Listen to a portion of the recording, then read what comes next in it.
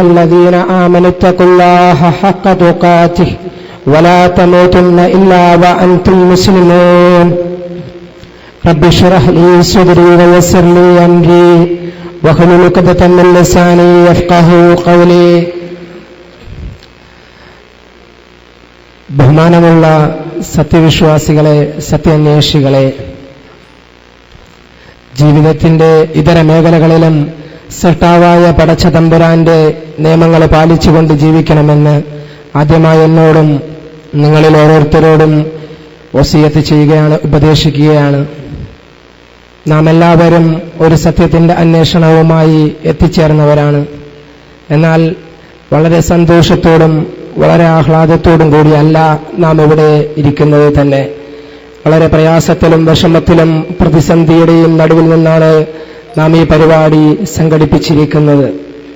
കാരണം നാം എല്ലാവരും വളരെ പ്രതിസന്ധിയിലാണ്. കാരണം മുജാഹിദ് പ്രസ്ഥാനത്തിലോട്ട് മറ്റു പ്രസ്ഥാനങ്ങളിൽ നിന്ന് പോലും ഓരോ ആൾക്കാരും ഇതിലോട്ട് കടന്നു വരുമ്പോൾ യഥാർത്ഥത്തിൽ സത്യമായി പറയുന്ന ആദർശ പ്രസ്ഥാനം ഇതാണെന്ന് എല്ലാവർക്കും വ്യക്തമാണ്.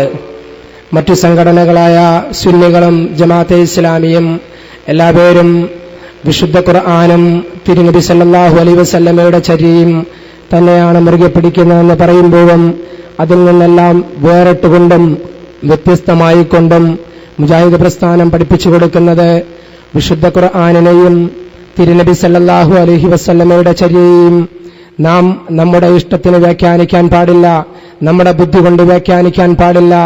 മറിച്ച് മൻഹജുസ് സലഫിന്റെ വ്യാഖ്യാനം എങ്ങനെയാണ്, ആ രീതിശാസ്ത്രം എങ്ങനെയാണ്, ആ പാത എങ്ങനെയാണ്, അതിലൂടെ മാത്രമേ നാം സഞ്ചരിക്കുവാൻ പാടുള്ളൂ. കാരണം അതിൽ നിന്ന് വഴിവിട്ടുള്ള ഏതൊരു സഞ്ചാരവും ഒരു വ്യതിയാനവും ആ വ്യതിയാനം തീർച്ചയായും ബഹുദൂരം വഴികേടിൽ തന്നെ ചെന്നെത്തിക്കുകയും ചെയ്യുന്നതാണെന്ന് ഈ ആദർശ പ്രബോധന പ്രസ്ഥാനം വ്യക്തമായി നമ്മെ ബോധവൽക്കരണം നടത്തി തന്നിട്ടുണ്ട്.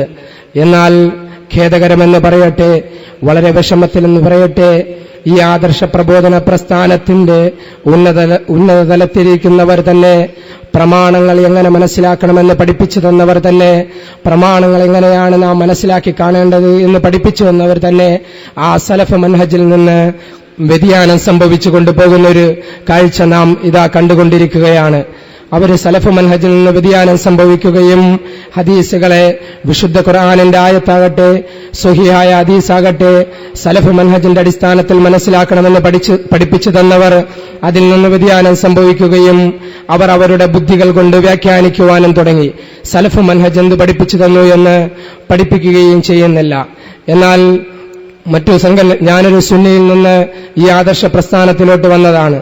വരുന്ന സമയത്ത് മാതാപിതാക്കൾ അകന്നു പോകുമോ അല്ലെങ്കിൽ സഹോദരങ്ങൾ അകന്നു പോകുമോ എന്ന വിഷമവും പ്രയാസവും ഒക്കെ നമുക്കുണ്ടായിരുന്നു. എന്നാൽ തീർച്ചയായിട്ടും ആരകന്നു പോയാലും സൃഷ്ടാവായ പടച്ച തമ്പുരാന്റെ പ്രീതിയാണ് ഞാൻ ആഗ്രഹിക്കുന്നത്, റബ്ബിന്റെ കാരുണ്യമാണ് ഞാൻ ആഗ്രഹിക്കുന്നത് എന്ന ഉറപ്പുള്ളത് കൊണ്ടാണ് ഈ പ്രബോധന പ്രസ്ഥാനത്തിലോട്ട് അണിചേർന്ന് നിൽക്കുവാനുള്ള കാരണം. അതിനാൽ തന്നെയാണ് ഈ ആദർശ പ്രസ്ഥാനത്തിൽ നിലയുറച്ചു വരുവാനുമുള്ള കാരണം. എന്നാൽ നമുക്ക് കഴിഞ്ഞ ഞായറാഴ്ച സലഫി മസ്ജിദിൽ വെച്ച് ഒരു വിശദീകരണം നടന്നു. തീർച്ചയായിട്ടും അർദ്ധശൂന്യവും വളരെയധികം പ്രമാണങ്ങളിൽ നിന്ന് ദുർവ്യാഖ്യാനങ്ങൾ നടത്തിക്കൊണ്ടുമുള്ള ഒരു വിശദീകരണമാണ് അവിടെ നടന്നത്. കാരണം മുജാഹിദ് പ്രസ്ഥാനത്തിന്റെ ഓരോ കുട്ടിക്കും താൻ ആരോടാണ് പ്രാർത്ഥന നടത്തേണ്ടത്, താൻ ആരോടാണ് തന്റെ തേട്ടങ്ങൾ നടത്തേണ്ടത്, താൻ ആരോടാണ് ഇസ്തിഗാസ് നടത്തേണ്ടത് എന്ന് വ്യക്തമാണ്. അവന് പ്രയാസഘട്ടം വരുമ്പോൾ, പ്രതിസന്ധി ഘട്ടം വരുമ്പോൾ തന്നെ സൃഷ്ടിക്കുകയും പരിപാലനം ചെയ്യുകയും തന്നെ നിയന്ത്രിക്കുകയും ചെയ്യുന്ന റബ്ബിന്റെ അടുക്കൽ മാത്രമേ തേടുവാൻ പാടുള്ളൂ, അള്ളാഹുവിനോട് മാത്രമേ സഹായാർത്ഥന നടത്തുവാൻ പാടുള്ളൂ. അള്ളാഹു അല്ലാതെ ഒരു സൃഷ്ടിയുടെ മുന്നിലും നാം സഹായാർത്ഥന നടത്തുവാൻ പാടില്ല എന്ന് വ്യക്തമായി അവൻ അറിയാം. കാരണം ബിലാൽ റളിയല്ലാഹു അൻഹുവിന്റെ നെഞ്ചകത്ത് കല്ല് കയറ്റി വെച്ചുകൊണ്ട് ലാത്ത വൽ ഉസ്സ എന്ന് വിളിക്കാൻ പറഞ്ഞപ്പോൾ അല്ലാഹു അഹദ് അല്ലാഹു അഹദ് എന്ന് വിളിച്ച ബിലാൽ റളിയല്ലാഹു അൻഹുവിന്റെ അനുയായികളാണ് ഞങ്ങൾ. എന്നാൽ അതേ ഞങ്ങളെ തന്നെയാണ് ഞങ്ങളെ ഗുണകാംക്ഷയോടെ നസീഹത്തോടെ ഞങ്ങളെ ഉപദേശിച്ചു തരേണ്ടവർ തന്നെ തന്നെ ഞങ്ങളെ പരിഹസിക്കുന്നു, ഞങ്ങളെ ജിന്നൂരികളെന്ന് വിളിച്ച് പരിഹസിക്കുന്നു, ജിന്നിനോട് സഹായം തേടുന്നവരെന്ന് വിളിച്ച് പരിഹസിക്കുന്നു.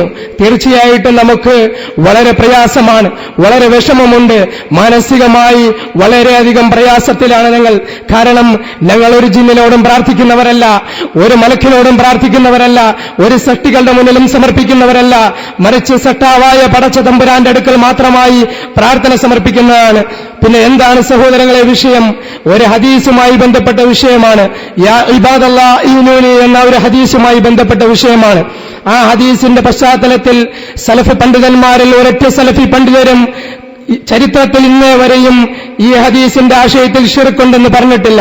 എന്നാൽ മൂവാറ്റുപുഴ സംവാദത്തിൽ വെച്ച് ഹനീഫ് കായക്കൊടിയോട് ചോദിച്ചപ്പോൾ വ്യക്തമായി കൊണ്ട് അസന്നിഗ്ധമായി പറയുകയാണ് ഇത് ശിർക്കാണെന്ന് പറയുന്നു.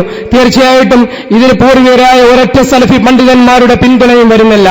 ഒരു സലഫി പണ്ഡിതനും പറഞ്ഞിട്ടില്ലാത്തൊരു വ്യാഖ്യാനമാണ് അവർ പറഞ്ഞത്. മറിച്ച് അവരെല്ലാം ഇമാം അഹ്മദ് ബിൻ ഹംബൽ, അതുപോലെ തന്നെ ഇമാം നവവി, ഇമാം ഷൗക്കാനി പോലെയുള്ളവർ ഇത് സ്വഹീഹാണെന്ന നിലപാടും അല്ലെങ്കിൽ അതുപോലെ അമല് ചെയ്യാമെന്ന നിലപാടുകളും സ്വീകരിച്ചവരാണ്. എന്നാൽ ശേഷം വന്ന പണ്ഡിതന്മാർ ഇത് ലൈഫാണെന്ന് നമുക്ക് ബോധവൽക്കരണം നടത്തി തന്നിട്ടുണ്ട്. എന്നാൽ അവരാരും തന്നെ ഈ ഹദീസിൽ നിന്നും ഇവർ ശിർക്ക് ചെയ്തു എന്ന് പറഞ്ഞിട്ടുമില്ല സഹോദരങ്ങളെ. അതുകൊണ്ട് തീർച്ചയായിട്ടും ദുർവ്യാഖ്യാനങ്ങൾ നടത്തുകയാണ്. പാടില്ല. നാം എപ്പോഴും സത്യത്തിന്റെ കൂടെ മാത്രമേ നിൽക്കുവാൻ പാടുള്ളൂ, ഹക്കിന്റെ പാതയിൽ മാത്രമേ വരുവാൻ പാടുള്ളൂ. തീർച്ചയായും ഇൻഷാ അല്ലാഹ് ഇവിടെ വിഷയങ്ങൾ സക്കരിയ സ്വലാഹി നമുക്ക് വിശദീകരിച്ച് പറഞ്ഞു തരും. യഥാർത്ഥ ഹക്ക് എന്താണ്, യഥാർത്ഥ സത്യം എന്താണ് എന്ന് ഒരു കൂട്ടിക്കലർത്തലുകളില്ലാതെ നമുക്ക് വിശദീകരിച്ചു തരും. അതുപോലെ തന്നെ അഹമ്മദ് അനസ് മൗലവി നമ്മുടെ മുന്നിൽ വന്നുകൊണ്ട് നടത്തിയ ഊട്ടിക്കുഴി സലഫി മസ്ജിദിൽ വെച്ച് പറഞ്ഞ ഒരു കാര്യമാണ് അനസ് മൗലവി അന്നും ഇന്നും മാറിയിട്ടില്ല എന്ന്. തീർച്ചയായും ഒരു കളവാണത്. തീർച്ചയായും അതൊരു കളവാണ്. കാരണം അനസ് മൗലവി അമ്പലക്കടവ് ഫൈസിയുടെ കിൽപ്പെട്ടുകൊണ്ട് ചോദിക്കുന്നു, ഇതിൽ നിന്നൊരു തുണ്ടുദ്ധരിക്കാൻ സാധിക്കുമോ? ഇത് ദുർവ്യാഖ്യാനമെന്ന് അമ്പലക്കടവ് ഫൈസിയോട് അങ്ങോട്ട് പറഞ്ഞ അതേ അനസ് മൗലവി തന്നെ ഞങ്ങളോട് പറയുകയാണ്, ഇല്ല, അനസ് അന്നും ഇന്നും മാറിയിട്ടില്ല. ആരെങ്കിലും വ്യത്യസ്തമായി മനസ്സിലാക്കിയിട്ടുണ്ടെങ്കിൽ അവർക്ക് വേണ്ടിയാണ് പശ്ചാത്താപം. ആലോചിച്ചു നോക്കണം. ഖേദകരമാണ്. കളവുകൾ പറയുന്നത് മോശമാണ്. ആ നിലപാടുകൾ ഒരിക്കലും സ്വീകരിക്കുവാൻ പാടില്ല. സത്യത്തിന്റെ കൂടെ നിൽക്കാൻ പാടുള്ളൂ. അതുപോലെ തന്നെ ഹനീഫ് കായക്കൊടി ഇവിടെ വന്ന് വിഷയം അവതരിപ്പിച്ചപ്പോൾ തീയെ ഉപമിക്കുകയാണ് ചെയ്തത്. തീ ഭൗതിക തീയാണ്. ആ ഭൗതിക തീ ആ തീ കൊണ്ടാണ് ജിന്നിനെ സൃഷ്ടിച്ചത്. അത് അഭൗതികമല്ല എന്ന് വെച്ചാൽ ജിന്ന് എന്ന സൃഷ്ടിയെ അഭൗതിക ലോകവുമായി മാത്രമേ ബന്ധമുള്ളൂ എന്ന് വരുത്തി തീർക്കുവാനുള്ള ഒരു ശ്രമം. എങ്കിൽ ഞങ്ങൾക്ക് ചോദിക്കാനുണ്ട്, പ്രവാചകൻ സല്ലല്ലാഹു അലൈഹി വസല്ലം നമ്മോട് പഠിപ്പിച്ചതെന്ന് എല്ലും ചാണകവും നിങ്ങൾ ഒരിക്കലും ശുചീകരണത്തെ കൊണ്ടുവരരുതെന്ന് അവിടുന്ന് ചോദിച്ചപ്പോൾ സഹാബാക്കളോട് റസൂലുള്ളാഹി സ്വല്ലല്ലാഹു അലൈഹി വസല്ലം മറുപടി പറഞ്ഞു, അത് രണ്ടും ജിന്നുകളുടെ ഭക്ഷണമാണ്. അത് അഭൗതിക ലോകത്തെ ചാണകമാണോ അഭൗതിക ലോകത്തെ തീയാണോ? തീർച്ചയായിട്ടും അതൊക്കെ ദുർവ്യാഖ്യാനമാണ് നടത്തിയത്. ചില ആളുകളെ വസ്വാസിലാക്കുവാൻ വേണ്ടിയുള്ള കഠിന പരിശ്രമമാണ്. ഇൻഷാ അല്ലാഹ് നമ്മുടെ ഇനി ബാക്കിയുള്ള വിഷയങ്ങൾ പൂർണ്ണമായും സക്കരിയ സ്വലാഹി നമുക്ക് വിഷയം അവതരിപ്പിച്ചു തരും. ഈ പരിപാടിയിൽ എത്തിച്ചേർന്ന എല്ലാവർക്കും, ഈ പരിപാടി സശ്രദ്ധം ശ്രവിക്കാമെന്ന് എല്ലാവർക്കും, അതുപോലെ നമുക്ക് വിഷയം അവതരിപ്പിക്കുവാൻ വന്ന സക്കരിയ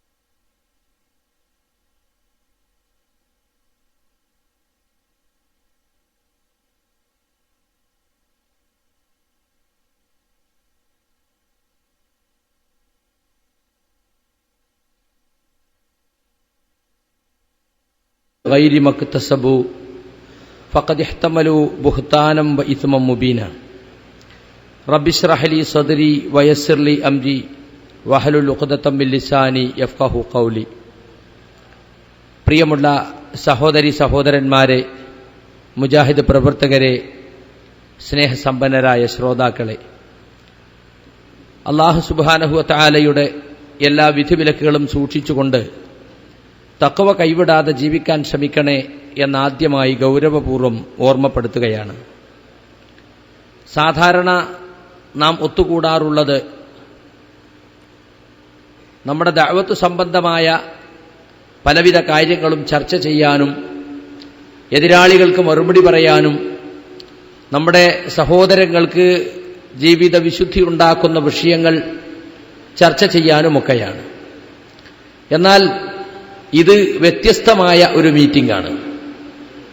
നമ്മുടെ പ്രസ്ഥാനത്തിൽ നിർഭാഗ്യകരമായ ഒരു പ്രതിസന്ധി ഉണ്ടാവുകയും ഒരു കോക്കസ് സംഘടനയെ ഹൈജാക്ക് ചെയ്ത് അവരുടെ താൽപര്യങ്ങൾക്കനുസരിച്ച് സംഘടനയിൽ ഒരു വർഷമായി കേരള ജംഇയ്യത്തുൽ മറ പിടിച്ച് ഒരു വിശദീകരണം നടത്തുകയും 2002 മുതൽ മടവൂർ വിഭാഗം പുറത്തുപോയ പിറ്റേന്നു മുതൽ അവർ വലിച്ചിട്ട ജിന്ന്, സിഹിർ, പിശാച് വിഷയങ്ങൾ ഒരു വിഭാഗത്തിന്റെ താൽപര്യത്തിനനുസരിച്ച് ജനങ്ങളിൽ അടിച്ചേൽപ്പിച്ചുകൊണ്ടുള്ള ഒരു വിശദീകരണവും, മുജാഹിദ് പ്രസ്ഥാനത്തിൽ തന്നെ ഒരു വിഭാഗം ശിർക്കിലേക്ക് പോയി എന്ന മടവൂരികളുടെ പഴകിപ്പൊളിച്ച ആരോപണം ഈ പ്രസ്ഥാനത്തിലെ ആളുകൾക്കെതിൽ തന്നെ ഉന്നയിച്ചുകൊണ്ടുള്ള ഒരു പുതിയ നീക്കവും നമ്മുടെ പ്രസ്ഥാനത്തിൽ ഉണ്ടായിരിക്കുകയാണ്. അത് ഒരു വഴിത്തിരിവിലേക്ക് നീങ്ങിക്കൊണ്ടിരിക്കുകയാണിപ്പോൾ. സംഘടനയ്ക്കൊരു പോറലും സംഭവിക്കരുത്, സംഘടന പിളരരുത്, സംഘടനയിൽ ഇനിയും ഒരു ഛിദ്രത ആവരുത് എന്ന നിലക്കാണ് നാം ക്ഷമിക്കുകയും സഹിക്കുകയും ചെയ്തത്. ഇനിയും നാം ആ മാർഗം തന്നെ തുടരുകയും സംഘടനയിൽ ഐക്യവും ഭദ്രതയും ഉണ്ടാക്കുവാൻ വേണ്ടി നാം പ്രയത്നിക്കുകയും വേണം. പക്ഷെ ആദർശപരമായ വ്യതിയാനങ്ങളെ കണ്ടില്ലെന്ന് നടിക്കാനോ ഒരു വിഭാഗം നടത്തിക്കൊണ്ടിരിക്കുന്ന തെറ്റിദ്ധരിപ്പിക്കലുകളെ സംഘടനാ ഐക്യത്തിനു വേണ്ടി വിഴുങ്ങാനോ നമുക്ക് പറ്റുകയില്ല. കാരണം തൗഹീദി ആദർശത്തിൽ ഒരു തിരുത്തലും ഇതുവരെയും നടത്തേണ്ടി വന്നിട്ടില്ല നമുക്ക് എന്നതാണ് വാസ്തവം. മടവൂർ വിഭാഗം പുറത്തുപോയ പിറ്റേന്ന് പറഞ്ഞതാണ് ജിന്ന് സേവയിലേക്കും പിശാച് പൂജയിലേക്കും കൊണ്ടുപോകാൻ അനുവദിക്കില്ല എന്ന്. ഇപ്പോൾ ആ ഭാഷ്യം നാം വിചിന്തനത്തിലാണ് വായിക്കുന്നത്. അന്ധവിശ്വാസങ്ങൾ തിരിച്ചു കൊണ്ടുവരാൻ മുജാഹിദ് കേരളം അനുവദിക്കില്ല. TP അബ്ദുള്ള കോയ മദനി 2002 മുതൽ മടവൂരികൾ പറഞ്ഞ കാര്യം ഇപ്പോൾ TPയുടെ നാവിലൂടെ വരികയാണ്. മുജാഹിദുകൾ ശിർക്കിലേക്ക് പോയി, മൗലവി വിഭാഗം മുശ്രിക്കുകൾ 2006 അബ്ദുസലാം സുല്ലമി സെൻസിംഗിന് നൽകിയ അഭിമുഖം നമ്മളൊക്കെ വായിച്ചതാണ്. അന്നു മുതൽക്ക് അവർ ആവർത്തിച്ചു പറഞ്ഞ കാര്യം 5-6 കൊല്ലം കഴിഞ്ഞപ്പോൾ നമ്മുടെ കൂട്ടത്തിൽ ചില ആളുകൾ ഏറ്റെടുത്തു. അവർ സംഘടനയിൽ വിഭാഗീയ പ്രവർത്തനങ്ങളിലൂടെ നേതൃത്വത്തിലെത്തുകയും അവരുടെ ആ ആശയം സംഘടനാ സംവിധാനങ്ങൾ ദുരുപയോഗം ചെയ്തുകൊണ്ട് ആളുകൾക്കിടയിൽ പ്രചരിപ്പിക്കുകയും അടിച്ചേൽപ്പിക്കുന്ന തരത്തിൽ വിശദീകരിക്കുകയും ഒക്കെ ചെയ്തുകൊണ്ട് മുന്നോട്ടു പോവുകയാണ്. നമ്മളെ ശിർക്കാരോപിച്ചുകൊണ്ട് മാറ്റി നിർത്തുക മാത്രമല്ല, നമ്മുടെ തൗഹീദിൽ ഒരു പുതിയ തിരുത്തൽ കൂടി അവർ കൊണ്ടുവന്നിട്ടുണ്ട്. നമുക്കറിയാം, നാം ഒരാളുടെ മേൽ ശിർക്കാരോപിച്ചാൽ അയാൾ ചെയ്യുന്നതും വിശ്വസിക്കുന്നതും യഥാർത്ഥത്തിൽ ശിർക്കല്ലെങ്കിൽ ആരോപിച്ചവനിലേക്ക് ആ ആരോപണം തിരിച്ചു വരും. അയാൾ ശിർക്കൻ വിശ്വാസക്കാരനായി, ശിർക്കൻ വാദക്കാരനായി നാളെ പരലോകത്ത് അതിന്റെ ശിക്ഷ അനുഭവിക്കേണ്ടി വരും. അത്ര ഗുരുതരമാണ് ശിർക്കാരോപണം എന്ന് സാധാരണ മുജാഹിദ് പ്രവർത്തകർക്ക് പോലും അറിയാം. 2002 മുതൽ മടവൂർ വിഭാഗം ഉന്നയിച്ചു പരാജയപ്പെട്ട ഈ ആരോപണം തന്നെ പൊടി തട്ടിയെടുത്ത് 2011 KNM ഇലക്ഷന് വേണ്ടി ഇറക്കുമതി ചെയ്ത് സംഘടന പിടിച്ചെടുക്കാൻ വേണ്ടി അതൊരു വോട്ടാക്കി മാറ്റാൻ വേണ്ടി കുപ്രചരണം നടത്തുകയാണ് വാസ്തവത്തിൽ അബ്ദുറഹ്മാൻ സലഫി ചെയ്തിട്ടുള്ളത്. ഇന്ന് കാണുന്ന മുഴുവൻ പ്രതിസന്ധിക്കും കാരണം അതാണ്. 2007 ഏപ്രിൽ മാസത്തിൽ അബ്ദുൽ ജബ്ബാർ മൗലവി എഴുതിയ ലേഖനം 2007 കഴിഞ്ഞ് 8 കഴിഞ്ഞ് 9 കഴിഞ്ഞ് 10 കഴിഞ്ഞ് 11 ലാസ്റ്റ് 11 ആഗസ്റ്റിലാണ് KNM തെരഞ്ഞെടുപ്പ് വിജ്ഞാപനം ഇറങ്ങിയത്. അതിന്റെ 2 മാസം മുമ്പ് ജൂണിൽ തന്നെ ഒരു KJU വിശദീകരണം എന്ന പേരിൽ ഇറങ്ങാൻ ഇവർ തീരുമാനിച്ചു. കാരണം CD ടവറിൽ ഒരു ഗ്രൂപ്പ് മീറ്റിംഗ് കൂടി. അബ്ദുറഹ്മാൻ സലഫി, നൂർ ഷാ, അബ്ദുൽ ഖാദർ രാജി, അബ്ദുൾ റസാഖ് ബാക്കവി, KV അബ്ദുൽ ലത്തീഫ് മദനി, അതുപോലെ അബ്ദുൽ ലത്തീഫ് മൗലവി, അതുപോലെ നമ്മുടെ നിഅമത്തുള്ള ഫാറൂഖി, അതുപോലെ KKP അബ്ദുള്ള പോലെയുള്ള ഒരു പ്രത്യേക വിഭാഗം ആളുകൾ, നാണി ഹാജി, ഇവരൊക്കെ കൂടി ചേർന്ന് ഒരു ഗ്രൂപ്പ് മീറ്റിംഗ് നടത്തി. അത് വിളിച്ചു ചേർത്തത് അബ്ദുറഹ്മാൻ സലഫിയാണ്. അവിടെ മുതൽക്ക് ഇങ്ങോട്ടാണ് നമ്മുടെ സംഘടനയിൽ ഇന്നീ കാണുന്ന പ്രശ്നങ്ങളൊക്കെയും ഉണ്ടായത്. ആ മാസം തന്നെ ജമിയത്തുൽ ഉലമയുടെ പേരിൽ വിശദീകരണം നടത്തിക്കാൻ വേണ്ടി KJU-നെ കൊണ്ട് തീരുമാനമെടുപ്പിക്കാൻ അബ്ദുറഹ്മാൻ സലഫിക്ക് സാധിച്ചു. കാരണം അത്തരത്തിലുള്ള ഒരു കോക്കസാണ് ഇന്ന് സംഘടനയെ നയിച്ചുകൊണ്ടിരിക്കുന്നത്. വിഭാഗീയ പ്രവർത്തനങ്ങളിലൂടെ ശാഖാതലം മുതൽക്കു തന്നെ കോക്കസ് പ്രവർത്തനം നടത്തിയാണ് കഴിഞ്ഞ KNM തെരഞ്ഞെടുപ്പ് നടന്നത്. ഇവിടെ തിരുവനന്തപുരം ജില്ലയിൽ നടന്നത് ഞാൻ വിശദീകരിക്കേണ്ടതില്ല. നിങ്ങൾക്കേവർക്കും അറിയാവുന്ന ഒരു യാഥാർത്ഥ്യമാണത്. അതുകൊണ്ട് തന്നെ ആ കമ്മിറ്റി, നിലവിൽ വന്ന കമ്മിറ്റിയും കൗൺസിലുമൊക്കെ സ്വാഭാവികമായും പ്രതികരണശേഷി ഇല്ലാത്തതും ഈ കോക്കസ് എന്തു പറയുന്നുവോ അതങ്ങനെ തന്നെ നടപ്പിലാക്കുകയും വിഴുങ്ങുകയും ചെയ്യുന്ന ഒരവസ്ഥയാണ് ഇപ്പോൾ നിലനിൽക്കുന്നത്. എന്നെ സംബന്ധിച്ചിടത്തോളം ഇപ്പൊ ചില ആളുകൾ പറയുന്നത് സക്കരിയ സലാഹി വിശദീകരണവുമായി ഇറങ്ങിയതാണ് ഇപ്പോൾ സംഘടനയിൽ ഛിദ്രത ഉണ്ടാക്കിയത് എന്നാണ്. ഒരൽപ്പം ക്ഷമിച്ചുകൂടായിരുന്നു അദ്ദേഹത്തിന്? സുഹൃത്തുക്കളെ, 6 മാസമായി ഞാൻ പുറത്താണ്. വെറും ഖുതുബ മാത്രം നടത്താൻ എനിക്ക് അനുവാദമുണ്ടായിരുന്നുള്ളൂ. നിങ്ങൾക്ക് അറിയുന്നൊരു വിഷയമാണ്. മാത്രമല്ല, കഴിഞ്ഞ 1 വർഷമായി നടക്കുന്ന ഈ ജമിയത്തുൽ ഉലമ വിശദീകരണത്തിൽ ജമിയത്തിന് എക്സിക്യൂട്ടീവ് മെമ്പറായിട്ട് പോലും തിരുവനന്തപുരത്ത് മാത്രമാണ് എന്നെ പങ്കെടുപ്പിച്ചത്. ഇവിടെ അനസ് മൗലവി പ്രസംഗിച്ചത് മൂപ്പര് ഔദാര്യം കൊണ്ട് കിട്ടിയതാണ്. നൂർഷാ സാഹിബ് എന്നെ വിളിച്ചു പറഞ്ഞതാണ് സക്കരിയ സലാഹി കൂടി പങ്കെടുക്കണം. കാരണം ഇവിടുത്തെ പ്രവർത്തകർ നിർബന്ധം പിടിച്ചു, സക്കരിയ സലാഹിയും കൂടി കൂട്ടിയിട്ട് വന്നാൽ മതി ഇങ്ങോട്ട്, അല്ലെങ്കിൽ പ്രവർത്തകർ വീണ്ടും ചേരിതിരിയുമെന്ന്.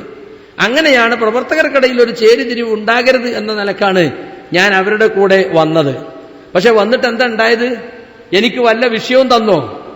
പ്രാർത്ഥിക്കുമ്പോ കൈയുയർത്താമോ? വൈകുന്നേരത്ത് കിടക്കുമ്പോ പ്രാർത്ഥിച്ചിട്ടാണോ ഊതേണ്ടത്, ഓതിയിട്ടാണോ പ്രാർത്ഥിക്കേണ്ടത് എന്നൊരു ചോദ്യം എനിക്ക്. അത് ചർച്ച ചെയ്യാനാണോ ഞാൻ അവരുടെ കൂടെ വന്നത്?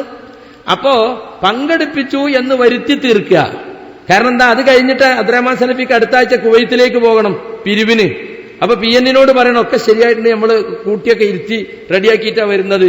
അതിനുവേണ്ടി മാത്രമുള്ളൊരു തട്ടിപ്പായിരുന്നു അത് എന്ന് എനിക്ക് മനസ്സിലായി. അന്നത്തെ മീറ്റിംഗോട് കൂടി തന്നെ എന്നെ വിളിക്കൽ അവർ നിർത്തി. മാത്രമല്ല, അതിന്റെ ഒരാഴ്ച